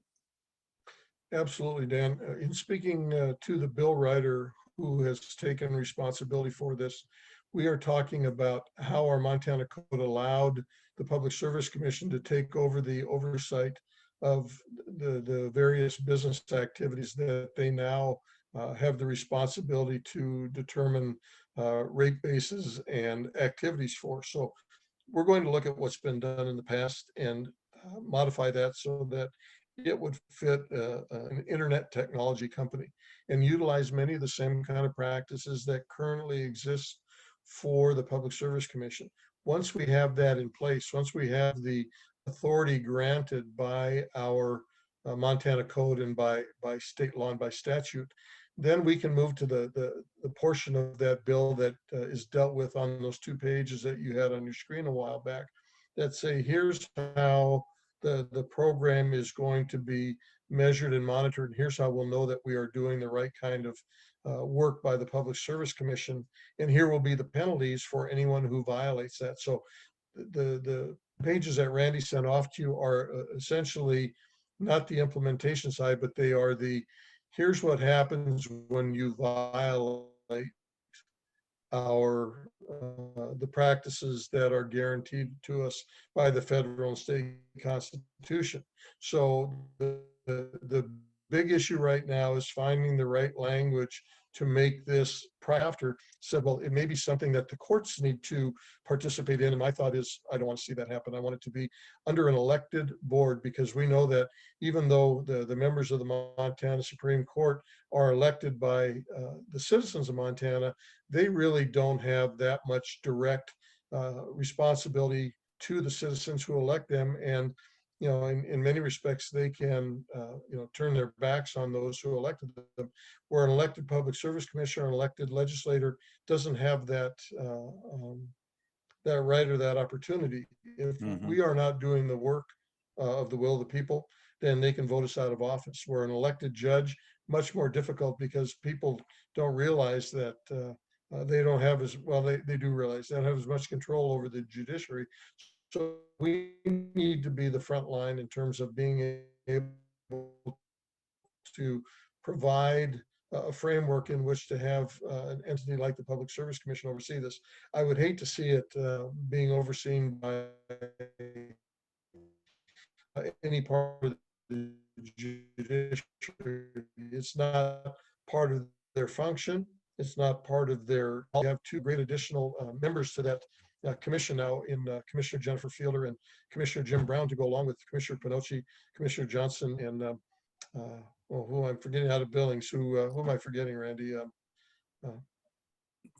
Tony O'Donnell. Tony O'Donnell. Thank you. Yeah, I mean we've got a good working group of folks there. So let's give the oversight and the authority to those 5 members to let them do their job and do it effectively, so that organizations like the big tech companies aren't going to run roughshod over population in Montana and other parts of the country. Well, and you're right, that is a good group to guarantee that. I mean, they certainly have the majority, and I think Montana's got one of the best public service commissions in the country, and really pleased that they have that kind of power. Let me ask you this, Brad. How do you plan to sell this to those who typically vote against every conservative bill that's out there? I mean, free speech is important to everybody. You would think it would be a no-brainer, but I know how totally political some of these people are, and they'd vote against Mother Teresa if the opposite was Satan. They'd vote for Satan every time. So tell me about how you plan to get this passed as far as selling it to some of the other legislators. And then when you do that, I'd like to ask about what you think the process will be then of getting the governor to really promote this to the Public Service Company. Anytime you have a bill that's contentious, you need to seek an understanding from the other side. And I'm not one who believes a great deal in compromising as it is currently being practiced, because compromise oftentimes is taking a good idea and reducing down the impact or effect of that. In my estimation, what we need to be doing is talking to individuals who may not see the value in what we're doing and ask them questions. Why would you not support something like this? Why do you not believe that free speech is a basic right to which we are all entitled by God? What makes you think that this is not a good thing for us to be engaged in, and hear what they have to say and then be able to address their concerns? I can tell them, what my beliefs are, but I want to hear what their opposition to something like this might be. One of the real advantages we have is that with 67 folks who were elected with an R after their name, and of that 67, I believe we have probably between 45 and 49 that are on issues of this nature, very solid conservatives. There are some that happen to be in the migratory segment of our caucus that have a tendency to vote with greater frequency with the Democrat side. I don't think that they're going to be opposing a bill of this nature. I think they see the benefits of promoting and protecting free speech. So I will simply go to them and find out what are your oppositions to this. I can't see anyone who really feels like they want to promote and protect the rights of their constituencies opposing something of this nature. I don't know of anybody out there who might be a lobbyist or a potential proponent on other kinds of free speech issues saying, oh, it's okay for these big tech companies to censor certain individuals, because the pendulum is always going to swing. If there was a Republican in the White House, and if we had control of both the House and Senate, the potential is there to do onerous things to the speech of those with whom we disagree. Now, I'm a big believer that one of the strengths of people like me is that, I have a very active conscience that tells me not to do things that are wrong. I mean, I'm pretty predictable. People know when when a matter comes up, I'm going to do the right thing based upon what my conscience, what my constitution, what my constituents want me to do. So essentially, I'm going to fulfill my role. So asking people why they would disagree with something, I'll get their input. And then as far as getting it to the governor, I have no question that Governor Gianforte is a big believer in these exact same principles and will support and sign a measure of this nature once we get it to his desk, because it's a matter of identifying, not selling, but identifying the benefits to not just Montanans, but to people across the country, how we serve them by protecting their rights to speech, among other rights. And for folks in the rest of the United States to look at this, should Montana be on the forefront, which it appears we very well could be, they'll look at us and say, here's a state that's doing something right. We want to emulate them. We want to in some way support them. So I have no doubt that Governor Gianforte is going to be a big proponent of this, and that we will have more than enough support on both sides of the aisle to get a measure like this through the House, through the Senate, and onto the desk of the governor to be signed. How soon do you think that you'll have something in draft form ready to bring before the legislature? Do you think it's something that's going to happen soon? It's going to take a little bit. I mean, I just had conversations with the bill drafter this week. We are probably a couple of weeks out before we're going to have an initial framework. And I would say probably by late February, we'll have something in draft form that we will be able to put the finishing touches on, make sure that the editors look at it, make sure that legal can go over it and see to it that it is complying with the requirements of our state law and with federal law, and then be able to move forward. And the fortunate thing is it kind of came late in the process. We got a bill title, we were able to get the draft in, or at least the bill title in, and begin to have the drafter work on it. And like everything else, it takes a little bit of time, but this has quickly moved to be one of my priority bills. I've got probably two others that I'm really pushing. One is a bill that would reduce the availability of pornography, on the internet from internet service providers to those who are under the age of 18. And it in some ways ties into this as a speech matter, but staying on this particular topic, I'm going to make sure that I shepherd this. So I'm going to ensure that we have this bill prepared, produced, and ready to go before we get too deeply into February, because we don't want to miss the transmittal date and have that bill not able to make it over to the Senate side. So we're going to act quickly on this and do everything we can to expedite the process. But it's going to take 2 or 3 weeks to get all the I's dotted, T's crossed, and to get an effective bill written up. But I have no doubt folks who are working on it are going to get that job done. Good. Well, that's great. And let me ask you this, and I think Randy would probably be able to have input in this too. Do you have folks already, are you working on getting folks in the Senate that would be, almost instantly available to help promote this bill through the Senate? Absolutely. I mean, we have, one of the blessings of having been here 4 terms is the relationships that I've made. In 2015, I had the good fortune of sitting to the right of Randy Pinocci and developing a relationship with him and watching him do the things that he has done over the intervening 6 years. But there are some great folks on the Senate side, and I can think right off the top of my head.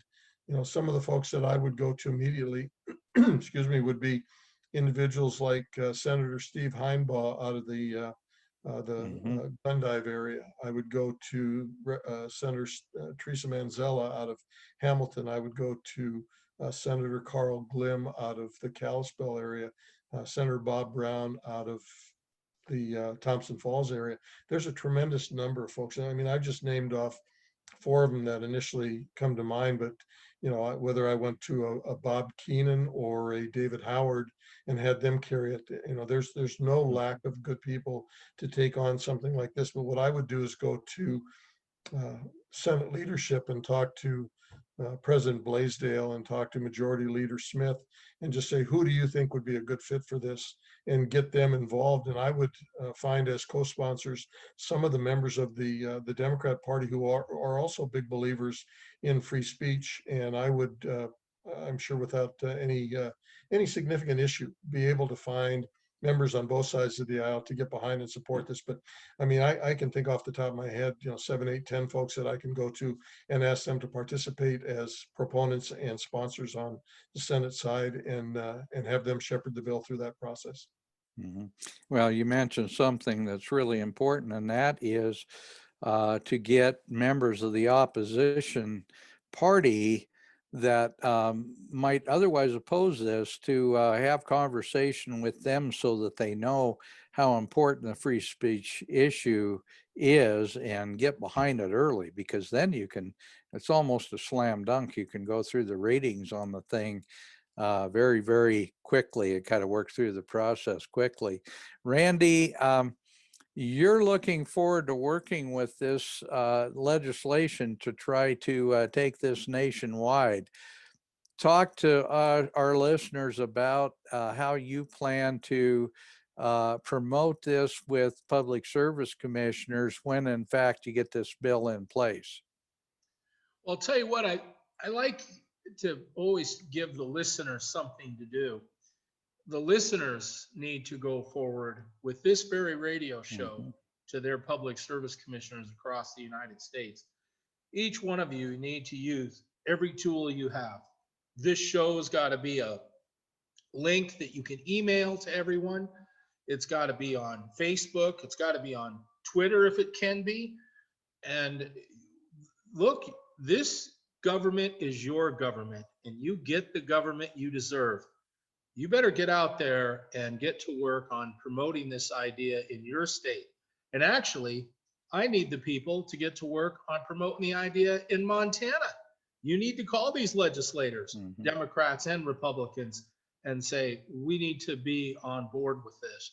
And I'll tell you what, it's a shame the legislative session only lasts 4 months, because I have a dozen projects like this, and I just can't get to them because the legislature just doesn't give us enough time. And I think Montana needs to extend its legislator session to a longer period of time because I just can't get the work done I need to do. I have serious problems that are going to be facing Montana in this country. And I just need more time to work with these legislators than I have. Brad talked about the restrictions on transmittal time. He barely got the bill title in. Look, Montana is overrunning its headlights. I need more light. I just need more time. I don't think the legislature can function very well at 4 months every 2 years. It's got to move to 6 months or maybe longer. They try to give us 3,000 bills to look at. I can't read 3,000 bills to even understand what's going on in the time that I have. So that's one problem right there. And I think it's done on purpose, folks. And I'll tell you why. I think some of these bills, they sneak through because they know we just don't have enough time to study them. They know we don't have enough time to organize people like Dan Happel to come testify on a bill. You know who I need to come testify on this bill? I need key people from around the state involved with this. And imagine if I had Brad and I were in the US Senate, what I'd be putting everybody through. I mean, this is no problem compared to the energy problem I foresee. Okay. I need more Brad Tschidas and I need more legislative time. I cannot do the work that I have to do because we're constricted by this short legislative session. So I thought let people think about that. I need the listeners to get involved. Well, there's no doubt about that, Randy. The average citizens have to do what's necessary. As you say, you get the government you deserve. And if you don't participate in it as a citizen by contacting your legislatures, by pushing and promoting different good ideas, then you're going to get a lot of bad ideas. It's just that simple. I understand how Montana thinks. I'm a fourth generation Montanan, fifth, I think, actually. And part of the reason our legislative session is short is because, quite frankly, experience tells you the shorter that government people can be working on new legislation, the better off you are. I hate to say that because there's some good legislation too, but I know that's the mindset. Dan. I was going to interject. I once heard a quote from, I think it was Mark Twain, who said the difference between death and taxes is that death doesn't get worse when the legislature's in session. And that's very, very true. We've got things that happen when the legislature is in session that you'd rather not see happen. But the bottom line is, we do sometimes need more time, but perhaps the limit on time will require that we get more effective in what we bring. And that might require that every legislator is only able to bring a set number of bill titles. They can only request, say, a dozen titles, and then you have to really concentrate your energy on those 12 things and you focus on it. Because I think I brought about 16 titles this time, but I think out of that, perhaps 7 or 8 are being utilized because there was some duplication. I just brought titles so that if somebody didn't bring a particular title, we'd have them available. But I look at other legislators who have 40, 50, 60 bill titles that they brought, and there's no way that they can use all of those. So we don't want to gum up the system. I think what we need to do is focus on what is of the greatest priority to people in the state of Montana. And we're working on that. We're working on the issues of liability for municipalities, liability protection for private businesses, hospitals, nonprofits, as one of the major things we're dealing with, so we can get rid of this whole mask mandate in Montana and conduct business. But getting back on topic, one of my top 3 bills happens to be this bill, and unfortunately it came a little bit late, but we still have time to get it in. But concentrating on getting the job done on important things is what we need to focus our attention on. Well, this is a key bill. And incidentally, I'll add to Mark Twain's comment with something saying, yes, and death only happens once, but taxes go on forever. So anyway, this is going to be a key bill because this is right at the very fundamental, very heart of our Constitution, the right to free speech. And without this, this is going to be huge. If we lose those rights because big big tech companies like Twitter and Facebook and Google and all the others can shut down our right to say what we believe, then we no longer have a country, and it's not going to matter what other kinds of bills we get through. The bottom line is if we don't have the right for free speech, we don't have much. Randy, we'll put you back on because I know you've always got a comment about that. You're very much a free speech guy. I know that. Well, as our framers of the Constitution put this country together, they were able to look at failures around the world to try to develop a country that would basically be built on trying to avoid the errors that other countries have experienced. And free speech is such an important part of that. It is absolutely imperative that we continue. And one of the reasons this bill is late is because the problem just exposed itself. So when you think about it, we moved very, very quickly, and others did in the United States too. And those are your patriots. And so we rose to this problem quickly, and I really can't say how much I appreciate Representative Tschida getting the bill draft in really in the nick of time, because the draft name of the bill has to match the contents, and he was barely able to get that done, and thank goodness for that. And you know, we've got to all play our part in this free speech issue that Twitter has put us on the spot for. And you know what amazes me is the President of the United States, Joe Biden, hasn't mentioned anything about it as a concern as he's taken over this country, and I've taken notice of that.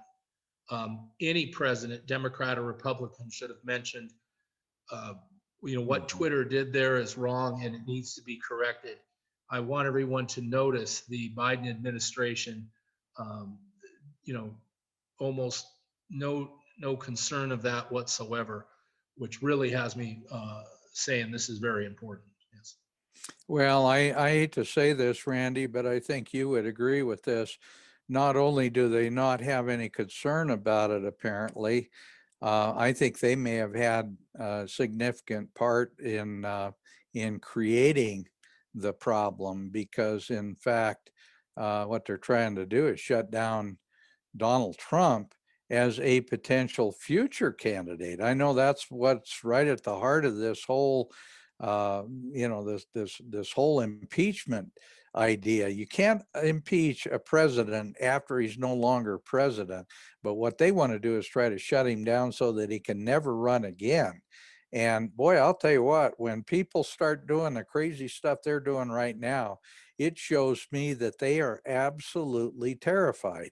And this guy scares the BGs out of them, because if he is in power, it changes the whole dynamic from the New World Order to America first. And that's exactly why they hate him. And that's my own personal belief, but I think it's proving itself out by the way they're approaching this whole thing. Well, and let's keep in mind, if there wasn't discrimination in social media and the press, Trump would have had greater margins than he has right now. There's no question about it. And that part should really give us a understanding to how important to move this legislation is, because we need to get it corrected quickly. Yeah, we sure do. Well, we've got about 5 minutes left. I want to give you guys a chance to kind of wrap up with what you would have to say about this whole process, how you see it moving forward, how important you see it is, and then how you would approach our listeners to be part of the solution rather than just being part of the problem. Go ahead, Brad. Well, thanks, Randy. I'll go ahead and do that. You know, when Randy brought up the idea of having folks get involved and participate, that's the crucial part of governance. Representatives do just that. We represent the people in Montana. And the best way I have found to effectively understand the mindset of people that I represent, not just in my district, but across the state, because not only do I represent 10,000 people in House District 97 in the Missoula area, I represent people in the entire state. And I want to hear what they have to say constructively. So the first thing I would tell people is, don't call me up or text me or email me and begin your approach to me by saying, you're a disgusting idiot. Last time I checked, that's not going to really engender a lot of positive discussion. If you want to tell me I have an issue with you, I don't have a problem with that. I have issues with myself sometimes. And people say, well, you just don't, you don't believe the same way I do. Well, there are topics on which my wife and I disagree. And I'm sure it's not the case with Commissioner Pinocci. I'm sure he and his beautiful bride get along on everything. But I've been married almost 40 years. It'll be 40 years this coming year. And my wife and I disagree on things regularly. We've been as regular as yesterday. So I think that, that there are areas where we're going to disagree, but let's be agreeable in how we disagree on things. So have your thoughts and ideas in mind, and don't just come criticizing a legislator or a public service commissioner and saying, I think you're a fool, or I think there's problems with what you're trying to do. Come with a solution. I once heard that, I can't remember who the famous industrialist was. It could have been Henry Ford, but they said, people who have good ideas are, widespread, but people who can implement a good idea are few and far between. So come with a solution to the issue that you have. Don't just come and tell me, well, I think what you're doing is wrong. Propose an idea that will allow you to do a better, more effective job. So I would say get involved, but be civil about things and allow the legislators to hear your perspective, and from there, begin to provide solutions that you think will bring about a positive desired change. And that's how I would end it up. Okay, great. Randy, give you the last word. You've got about a minute and a half, my friend. Well, as soon as my wife hears what Tschida had to say, he's going to get a negative phone call. She argues with me all the time. So look, folks, let's get right to it. You got to start calling your legislators, every one of them, sending them an email, and follow Representative Tschida's advice. Go about it carefully, but directly. You need this bill supported in your state, in our state, in all states, and we have to get free speech put back in a priority and have it protected. So that's what I encourage folks. And get with your governors, do your part, and let's get this problem fixed. Well, I have to tell you, I enjoy the idea of you guys running respectively for Senate positions. I was going to mention to Brad that now that Montana has two congressmen, two House members that are going to be at on our national level, and one of them happens to be from the Western District. I think he'd make a great candidate to fill that position. So, Brad, I look forward to hearing something that you're going to run for that position when it comes around. Well, I'm flattered and humbled by what you have to say, Dan. And the way I look at it, I put it in God's hands, and wherever He wants me to help Him out, I do my best to be a faithful servant. Well, that's a good way to put it. Well, thank you, gentlemen. This has been a fun discussion. I appreciate you being involved in this. I look forward to hearing some very positive things about this legislation. I will be there. Randy, if you need someone to be a proponent and do testimony, I'll be happy to do that on behalf of a network that has faced and seen the kind of censorship that we have. So I'm more than happy to do that. All right, gentlemen, thank you again. And I ask our listeners to please join us again next Sunday at this time and help us connect the dots. Thank you again, gentlemen. Thank God you, bless you. Dan. All right. Well, thank you, gentlemen, for joining us here on Patriot Soapbox. It's been a busy day so far, and hopefully we'll be seeing Pam and Patrick Howley here soon. Patrick might. Oh, I never thought maybe Patrick running late. I don't know. And so actually, if you've got more that you want to discuss, if the gentleman would like to stay, I think we can probably go until Pam gets here and is ready to start the next show. Run, yeah. Yeah. Well, Dan, Okay. I can jump in with just a little bit of kind of inside baseball information.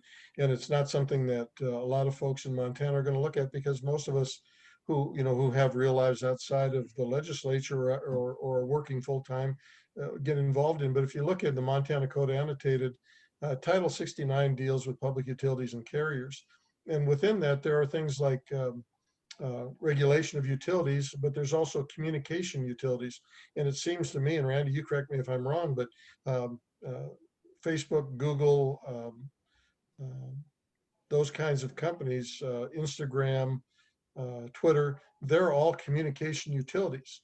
And it doesn't seem much of a stretch to be able to implement the ability for people to, for folks in the Public Service Commission to be able to hop in to that arena and oversee those internet tech companies, because it falls clearly under Chapter 6 of Title 69. So I would say that that's an easy area to access your oversight for those entities. Mm-hmm. Well, more importantly, the internet and social media, that type of business is getting to be so important, where a doctor will send heart monitor equipment home that is designed to hook to the internet and then keep a live signal at the hospital. We're seeing exercise equipment that when you get on and off your exercise equipment, a doctor can review your heart rate, how long you've been on it. The internet, just hooking up to the medical arena where they can monitor you at home, is becoming so important that every single person's going to need internet. And in my district, I have people that don't have good access to internet. So we do have I think, a tremendous, obvious issue where this is going to be a public utility that has to be protected, just like electric or gas or any other utility, and it's growing. And I can tell people that the public service will continue to evolve as space travel becomes more and more obvious, and we're going to have things in front of us that will evolve 20 years from now, or maybe 10 years from now. But right now, I think this is in front of us, and we probably should have tackled this with the Public Service Commission, I'm going to say about 5 years ago, when the internet became so obvious that it was going to be so important. The Public Service Commission probably should have had a handle on it then. I think we're behind. Yeah, I would tend to agree with you, Randy. I think that probably one of the reasons that this has got us out of hand as it is because we haven't had those safeguards in play. Now, the comment's been made to me many times is that the internet was never designed to be controlled by anybody. That's the freedom of the internet. But the problem is some of the providers have gotten to be so big that they can control all the smaller providers that are under them. And, obviously that's the case because you can shut down a smaller internet provider because you control the airwaves or you control most of the bandwidth that they're using. Isn't that kind of that's an ongoing problem that also may have something to do with monopoly? The other thing, Dan, is they can shut down the financial aspect of the channel as well. Yeah. Oh yeah. So the banks and the finance people are playing in this ballpark as well. Yeah, they are absolutely. Let's not forget education. Or how about autonomous vehicles that are going to be driving around our country using communication with no driver whatsoever? How important is that signal going to be, that there's no disconnection or interruption? And our entire transportation system is on the verge of changing. A semi has to pay a tax on diesel because the tires tear up and are alongside the road. But an electric semi right now, which are driving around, get out of that tax completely. And who do they come to? The Public Service Commission. Have you evolved quick enough to catch up with these issues? They're not paying for diesel fuel, so they're not paying their fair share of tax for the cleanup of the tires, where an electric semi doesn't buy diesel at all. These are some of the problems in my office. And honestly, I need to get to the legislature with that, but we didn't even introduce a bill because we're past the deadline. So I'm back to, you know, we've got a lot going on, and communication is going to advance to a level. Look, we're going to start landing airplanes without a pilot. The Navy's testing a jet fighter right now with no pilot. Oh, yeah. Yeah. In fact, they've had that for about 5 years. Well, drones, with. but Yeah. you know, designing a fighter jet to do air combat, they're absolutely thinking of implementing one soon. The Navy has a refueling plane on an aircraft carrier that will take off and refuel with no pilot. Boeing's building it right now. Communication is how they keep in touch with it. Yeah, absolutely. Well, you know, the other, Randy, while you're on, I want you to talk a little bit about your idea on clean coal going to Israel. And I don't mean to cut you off, Brad, from being part of this discussion, but Randy, you think outside the box, and your ideas about sending Montana coal to Israel. I'd like you to talk about that a little bit. Well, I'm glad Tschida is here with us, because if we weren't messing around with the problem with Twitter, I actually was going to go to the legislature and say, look, Montana's got to have the ability to ship coal out. And in the case where we give millions and millions of billions of dollars to Israel, and I think that's a good investment, because they're really the only free world country in that area. They're surrounded by Muslim countries that swear they're going to, you know, drop a nuclear warhead on Israel.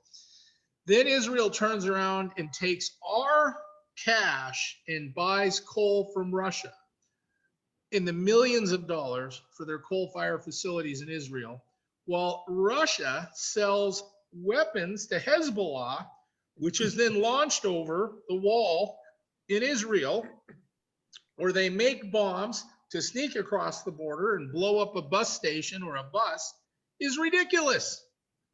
Look, I don't need our US cash to be given to a country to fund Russia to build a new submarine or a jet fighter without a pilot. That needs to be supplied by Montana coal companies. And we give Israel less cash. Remember, our number one problem in this country is our debt. We don't need to print more money just to give it to Israel. How about we give them our resources? And then we protect what? Our dollar going in more financial crisis. Could we give coal to over 100 countries that need coal instead of cash? What would that do for our economy? Our dollar is so weak, people, because we keep printing more money. If I could trade coal instead of cash, that would help our economy. We could give that cash to the Crow Nation or the people in Wyoming. If you're going to block coal being burned in the US, fine, but at least let me trade it with other countries. I understand Biden's going to give more money to more countries, and our countries that are saying that are our enemy. Well, that's ridiculous. Why don't we give them our resource instead of cash? Because I'm telling you, our dollar is devaluing every single minute. Look at the debt clock. So I can fix several problems here by doing this. So I was going to go to the legislation and say, what could we do that would help facilitate this? It just makes sense. And it's not just Israel, people.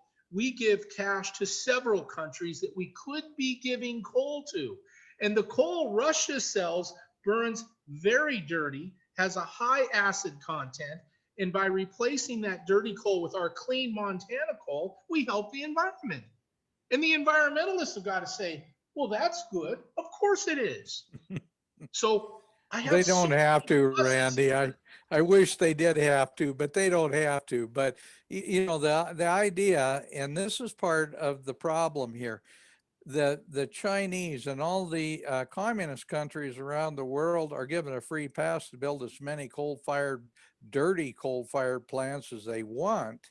And yet we're held to a higher standard, which is making us less, less reliable, less cost effective, costing the taxpayer and the individual citizen more money. Isn't that kind of stupid? Well, keep this in mind. Anybody can get a tour at a coal fire plant, get it scheduled with a group.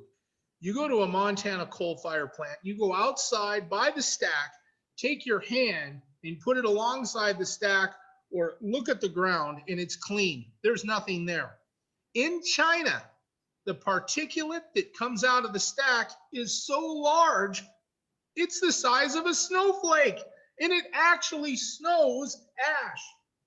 The smell is so bad, it gets in your clothes, and you can actually smell it in your clothes when you go to put them in the closet. We just have no idea. The reason all the Chinese are wearing a mask is because of the particulate that comes out of the coal fire plants. And it blows around and actually drifts like snow. I can't make this up. When you turn your wipers on, you move the ash off your windshield. That is the difference between how clean, restrictive rules are in the United States compared to another country that just doesn't care at all.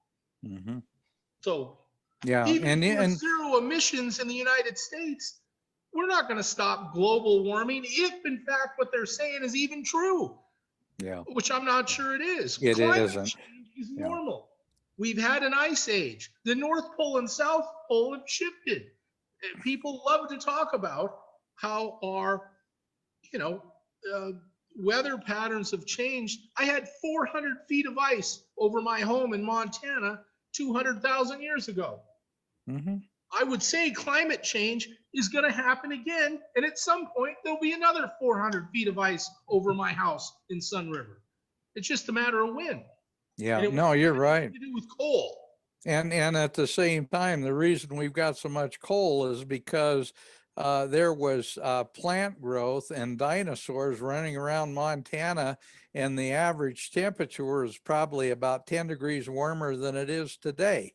And the CO2 levels were sometimes 20 to 50 times as high as they are today. Not 20 or 50%, 20 or 50 times. That is a normal weather system on this planet, with or without people. It's just the way the planet works. And these changes are going to continue with or without us. Yep. Well, you're doing a good job of running for Senate, buddy. I think Brad, I would support that anyway. And especially I need Brad no farther than 5 feet away from me. His office is going to be right next door to mine. I love it. I'm sure he would rather it not be. No, I'm not so sure about that. You guys are pretty good combo, really. Brad, I don't know. You're working on a lot of different issues in the legislature that are important issues. Is there anything you want to talk about that you're working on that stands out as something really, really important to Montana and to the country, for that matter?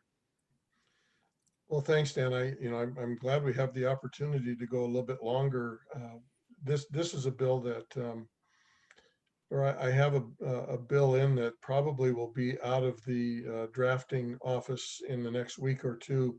It's a bill that will require, we're going to be requiring internet service providers to prevent pornography from being provided to subscribers based upon their request that it not be provided. So say, for example, you have a family of 4, a couple of kids and they're, middle school, high school kids, and you want them to have communication to stay in touch with you, but you want to be able to block the access to pornography on those phones. Current Montana statute allows no pornography to be shown to somebody under the age of 18. So we already have current statute for that. What we're doing essentially is telling these ISPs, require people to opt into that. If that's something that a user wants, if they want access to porn, then we'll go ahead. You can charge them for that. So it would create a revenue stream for them to be able to create, more profit to their bottom line. Not something I agree with, but it's available now if they want to do that. But it would prevent folks from having their kids exposed to pornography openly. Now, it's something that, smart kid can work around a lot of obstructions and still find their way into that particular arena. But this will prevent those companies from providing that.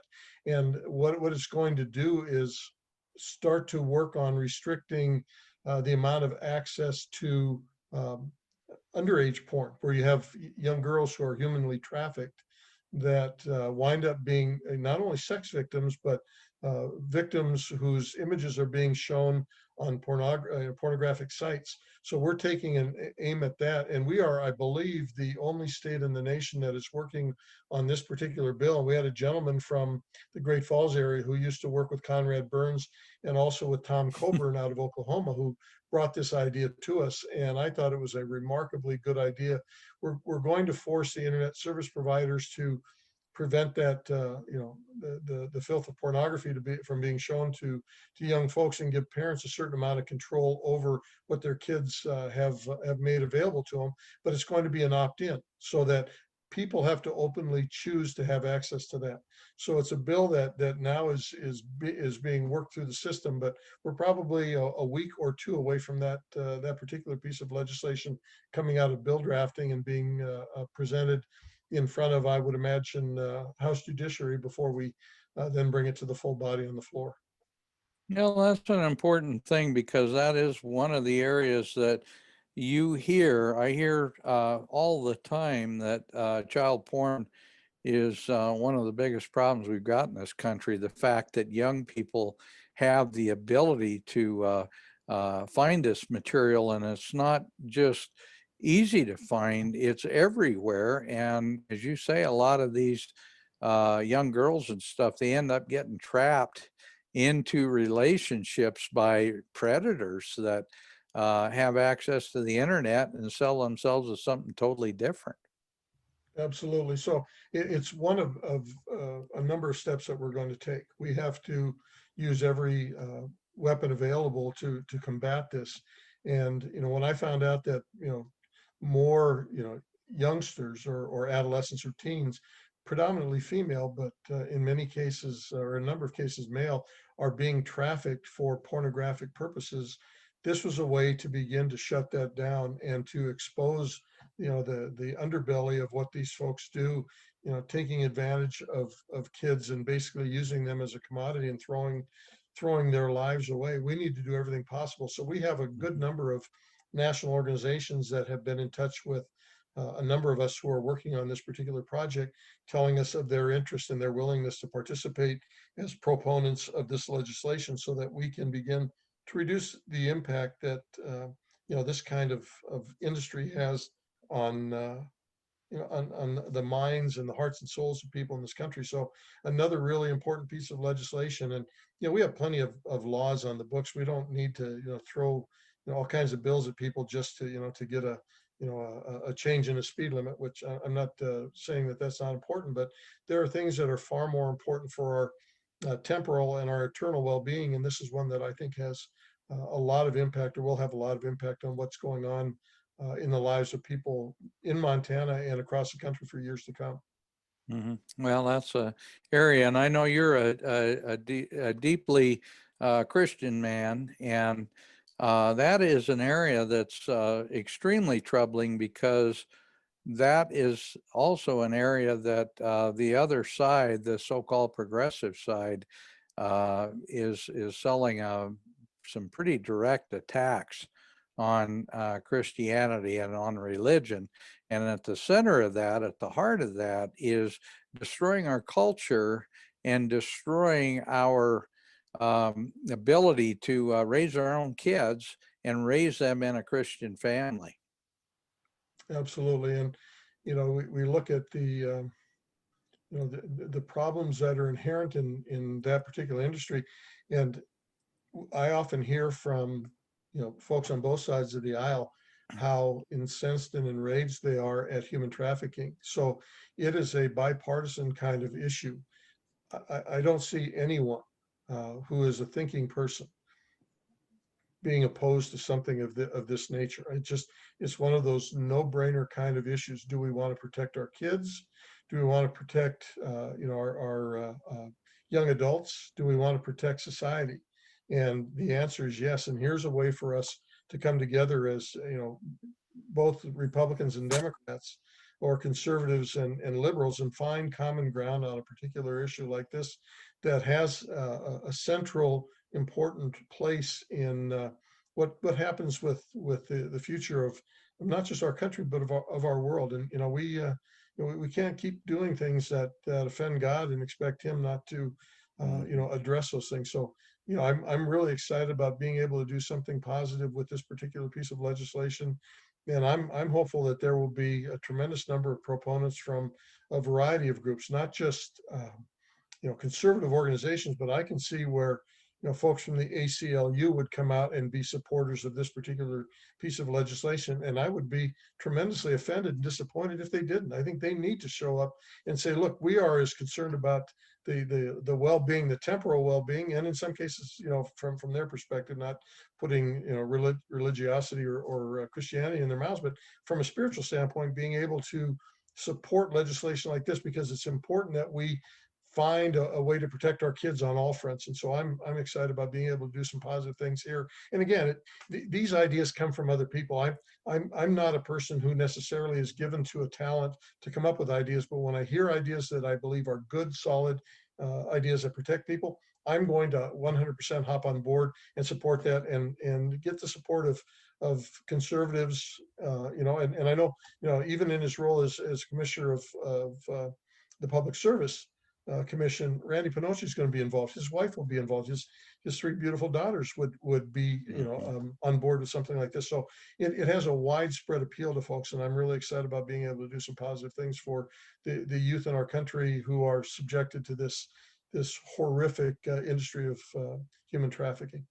Mm-hmm. Yeah, absolutely. In fact, we've got a few people that have been on our program. Liz Yore, who actually worked for Oprah Winfrey as her legal counsel on the very subject of human trafficking. And she'd been all over the world dealing with this very subject. So this is a big deal. And now we're finding out that I think the numbers that I heard are that there are something like 600,000 kids under the age of 16 that are missing right now, international or in the United States, that are suspected of being involved in human trafficking or child pornography, and that's a sad statement.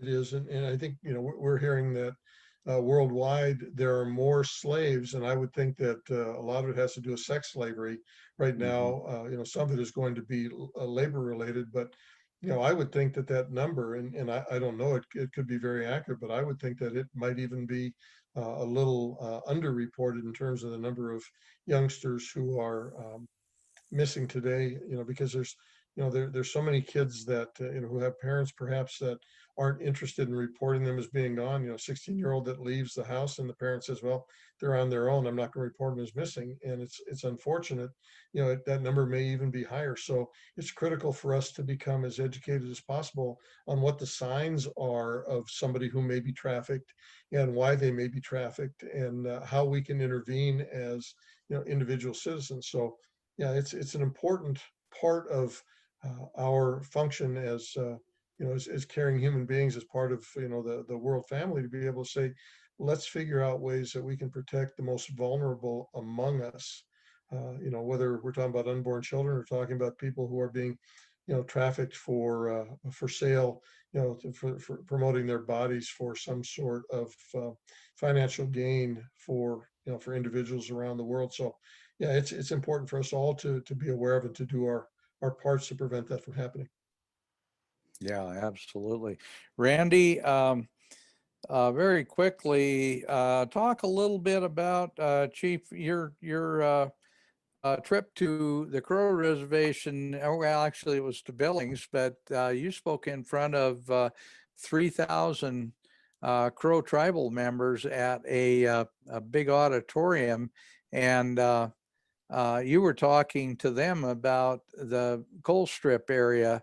There are, the Native Americans are unfairly represented as being just a group of people that just want a free handout, and certainly not afraid in the Crow Agency and what was going on in the coal strip area, with them trying to promote their industry and promote jobs and all the stuff that was there. I want you to speak directly on that, because you became kind of a hero of the tribe as a result of your talking about the need to protect their natural resources and their jobs as being able to use their own coal. Before I do, I have a question for Representative Tschida.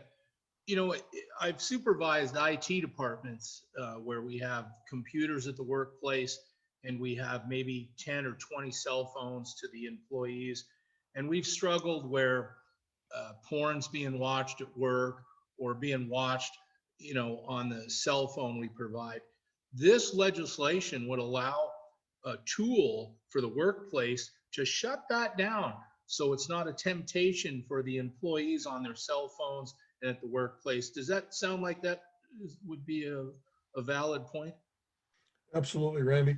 Yeah, I mean, I heard a statistic, and I was actually on the phone yesterday with a gentleman out of Missoula who works for the sheriff's office in Missoula on internet crimes against children, ICAC.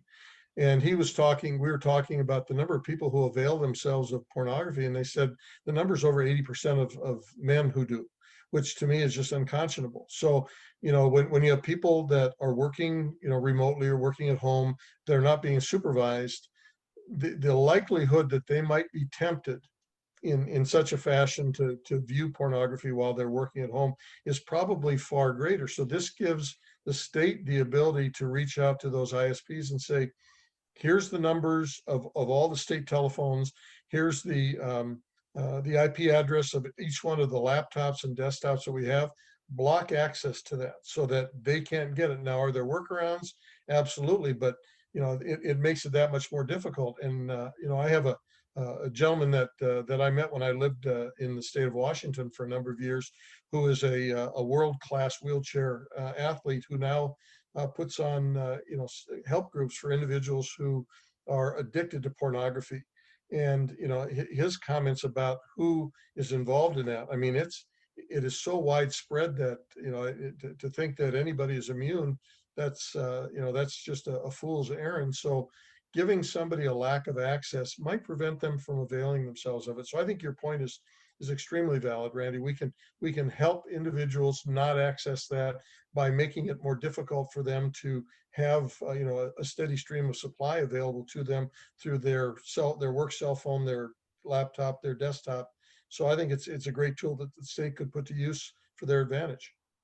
Well, I can just tell you hundreds of hours have been wasted in private sector jobs I've been involved with where somebody's offended because somebody had something on their screen or emailed somebody at the workplace. If I could simply push a button and block all that access, you're talking about saving thousands and thousands of work hours and all those arguments from happening in the first place. So I'd sure like to see some owners of some businesses come and say, thank you, I need this passed. Now, let's go back to Dan Happel's question. I sure wanted to bring that point out. Brad, fantastic legislation. I hope the workplace endorses that strongly. I sure do. Okay, Mr. Happel, So back to the reservation, we were asked to go and explain the advantages of what reservations have to offer. You know, a person who's going to think of ideas are going to say there's tremendous business opportunities for reservations simply because they're a sovereign nation and they don't have the restrictions and the red tape. For instance, we all know if we wanted to sell coffee in a little trailer alongside the road next to Walmart, we have to go through permitting and inspections. If you want to do that on the reservation, you just do it, okay? So I take a look at these advantages and say, what advantages do, you know, reservations have? Now, of course, it was very quick to say, we can put up a casino and we can gamble. Well, the results on the reservation have not been good.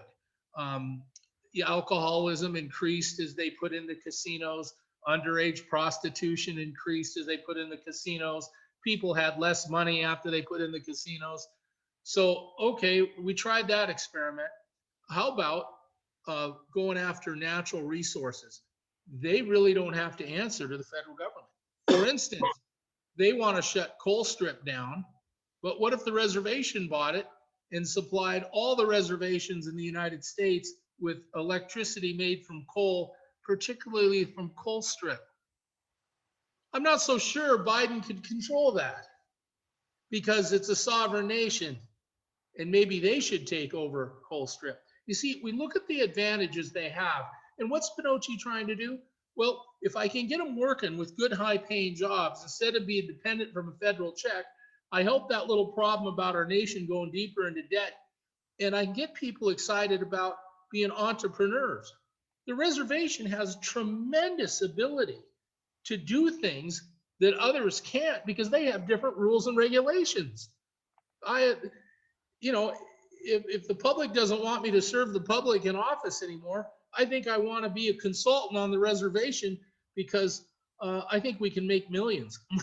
Okay. Yeah. So, you know, let's all go to work and do things no one else can do, you know. When we came to those conclusions, Not Afraid and I felt we could get with the reservation in Washington and put a coal port on the reservation in Washington. And now the state of Washington won't ship any coal. The reservation could with their coal port. Okay. Well, now we're creating jobs in Washington at that reservation, but then we return to Montana and say, look, once we start shipping coal from a Native American coal port, Washington will simply open their port up.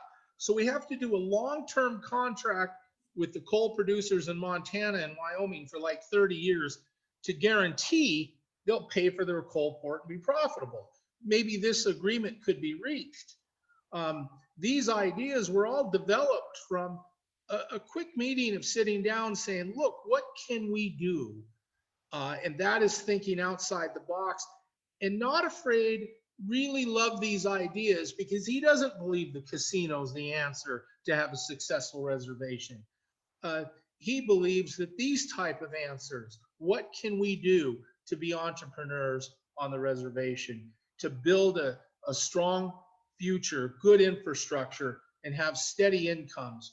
We know coal's going to be used for years to come in many other countries because they're not going to have nuclear. They're not going to have the water generate electricity. Do we have a long-term ability? How much coal do we have in Montana? Oh, somebody tells me enough for 1,000 years. So can we burn coal cleanly? We can encourage these other companies in other countries to put in carbon capture units. Then the carbon could be used in products like soda pop or to make an oil well produce more, right? We start sharing those ideas and carbon becomes very valuable. Who would buy soda pop if it didn't have carbon in it? Anyone. Mm-hmm. No one would. Yeah. Carbon, we now have this source of getting carbon, right? So the Native Americans assembled in the baseball diamond in Billings, about 3,000 of them, 3,500. COVID was going on, so they were wearing masks, some weren't, and they were listening to all these ideas. And they they gave me the microphone and I explained these advantages and things we could do. And when I got done, others were in line to speak, but the crowd really interacted with me. People in a wheelchair said, "You get me to him." And people are trying to make their way to me to say, "Why haven't we done this? Why haven't we done this 20 years ago? You know, how can we get started?" And people that were, you know, they looked like they wanted a good job and they wanted to be proud of being successful. I couldn't get out of there. I spent longer talking to the crowd, trying to work my way through the crowd. So the next morning, I get up and I get called at like 7 a.m. We're sending a car to come get you. I'm in Billings and we're bringing you to the reservation. So they picked me up at the hotel and this Cadillac Escalade, and it's black, and they got a driver and he's driving like 80 miles an hour out to Crow, which is about, you know, 40 minutes down the road. And everybody's assembled. They want to talk to you. And they had all the chiefs. Now, I thought a reservation had one chief. I was really wrong on that. They can have several. And they had this big room and they brought me in and they had all these kinds of ideas. And I said, you could produce your own electricity with your coal and you could sell that electricity. Well, you can't sell it if they're not going to allow coal. Well, you could sell it to other reservations. And all you'd have to do is give them a cheaper price. Transmission lines share energy. For instance, they can put coal on the grid and then they can take it off at a reservation in another state. All you'd have to do is simply sell electricity to the other reservations cheaper than they're buying it for, and they're going to buy yours. And I guarantee you, with the prices going up, you're going to do pretty good. So the next thing you know, we're trying to develop these ideas. And then I can turn to the legislature and say, what help can you do? But again, I'm restricted with just 4 months and a very limited time for Representative Tschida to introduce a bill. And I haven't had a chance to talk to him about this. And he's probably thinking, wow, I'm glad this Twitter thing came up so I don't have to deal with all this other stuff. We have so much work to do. I just need more time. Yeah. Well, I have to tell you, Randy, you were one in a million as far as that goes, thinking outside of the box. And that's why, it's so much fun, because you'll sit down and talk with somebody, and next thing you know, you've got this idea that nobody else ever thought of, or at least, that we know of. And you're coming up with these great ideas that make sense for the whole country. I tell you what, buddy, if you ever do run for Senate, you just let me know. I'll go out and campaign my butt off for you. Well, we're back to this. We have to lead, okay? And we've got to stay in front of the problems ahead of us. Mm-hmm. And I'm seeing we're going to have a drastic energy shortage. So maybe I need to put a nuclear power plant on the reservation. And that's going to be clean energy. There is no carbon emission. There's nothing. Nuclear has nothing to expel. There's a scientist who's on 60 Minutes that says he can make nuclear fuel rods out of the nuclear waste that we're burying. We don't make nuclear fuel rods in America, people. Our nuclear fuel rods are made in Canada. You look it up on the internet, you go to YouTube, you can even watch how they make them. The scientist that was on 60 Minutes says he'd like to make fuel rods out of the nuclear waste in the ground. And when those nuclear fuel rods are spent, they won't be radioactive at a danger level that is serious. And he can remake them into fuel rods and Randy, continue the process to where they're safe. Hey, Randy. I would like to produce those nuclear fuel rods in Montana. But of course, the environmentalists won't let me. So I turned to the reservation and said, sovereign nation, can we make the fuel rods here? Hey, Randy, are you looking at the chat in the Zoom chat? There, take a look in there. I posted a link to an article that I did a show on last night.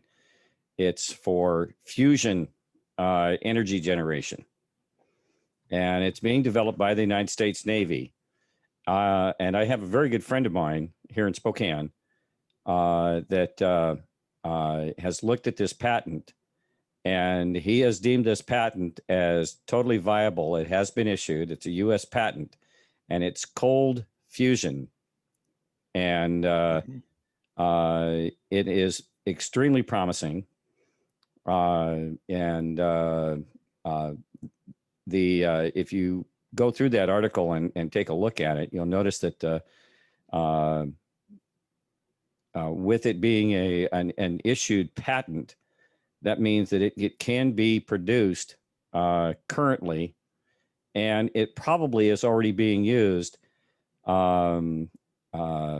for satellite energy, for powering satellites to keep from using nuclear, small compact nuclear power in satellites.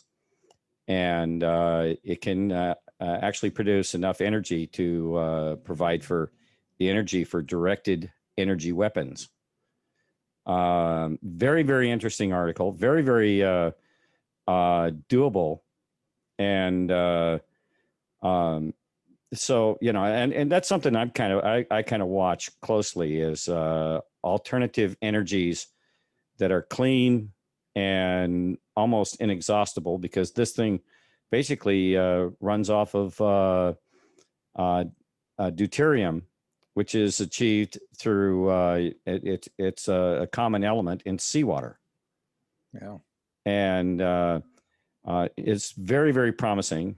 And the fact that the Navy has been working on this, the patent was actually issued in 2013.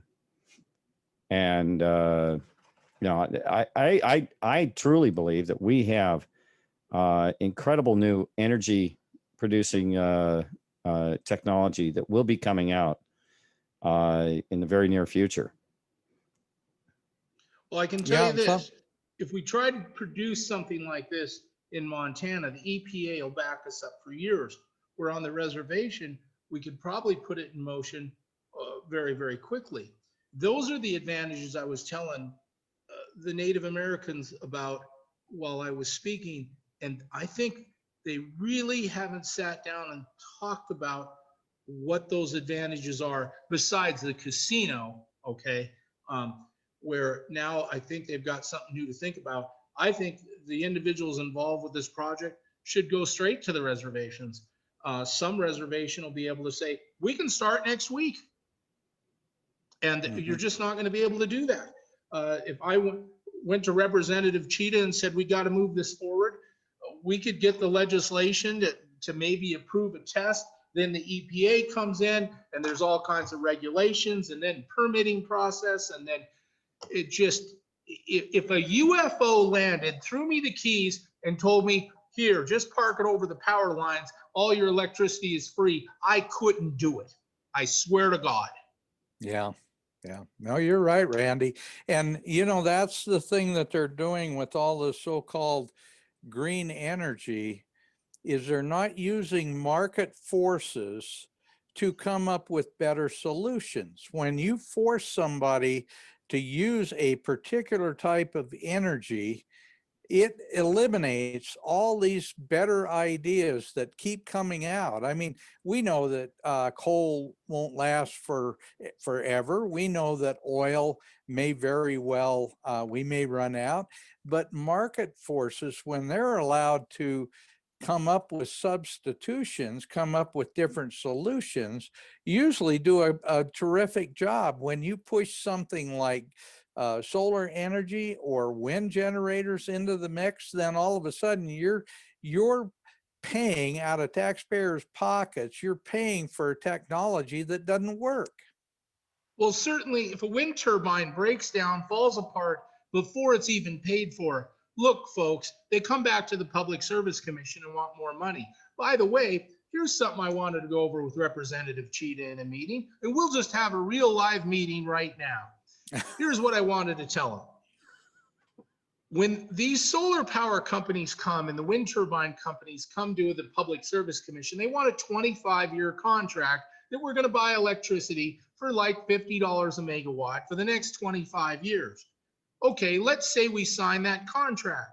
Now, if electricity comes out from the new product or this new invention, and we can make electricity for $20 a megawatt, I can't buy it because I made a long contract agreement for 25 years.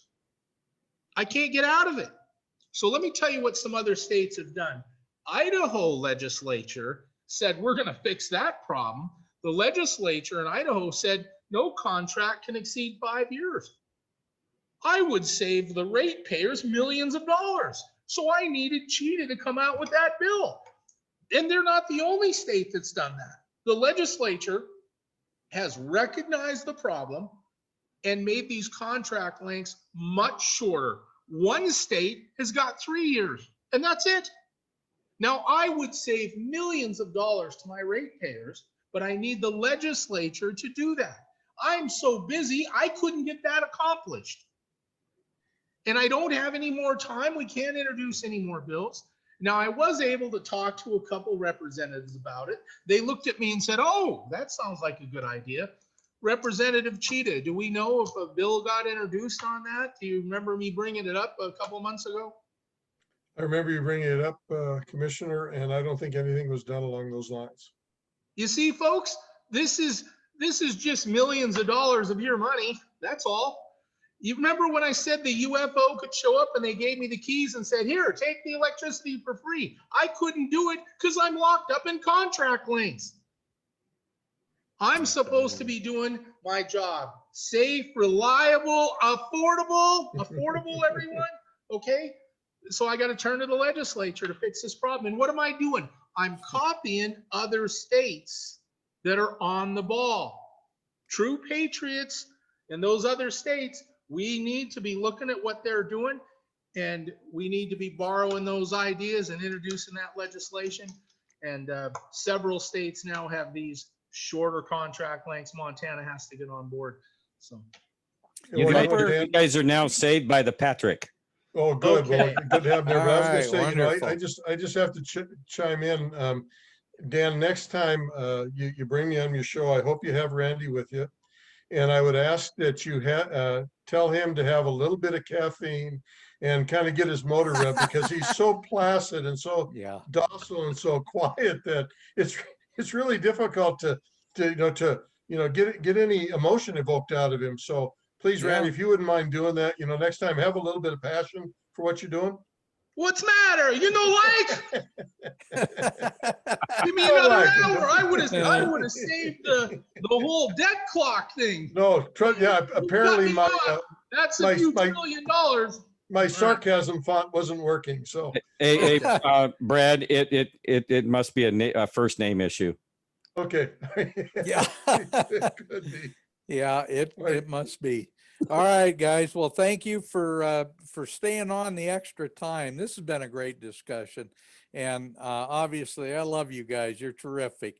Brad, you represent exactly what Montana should be in the legislature.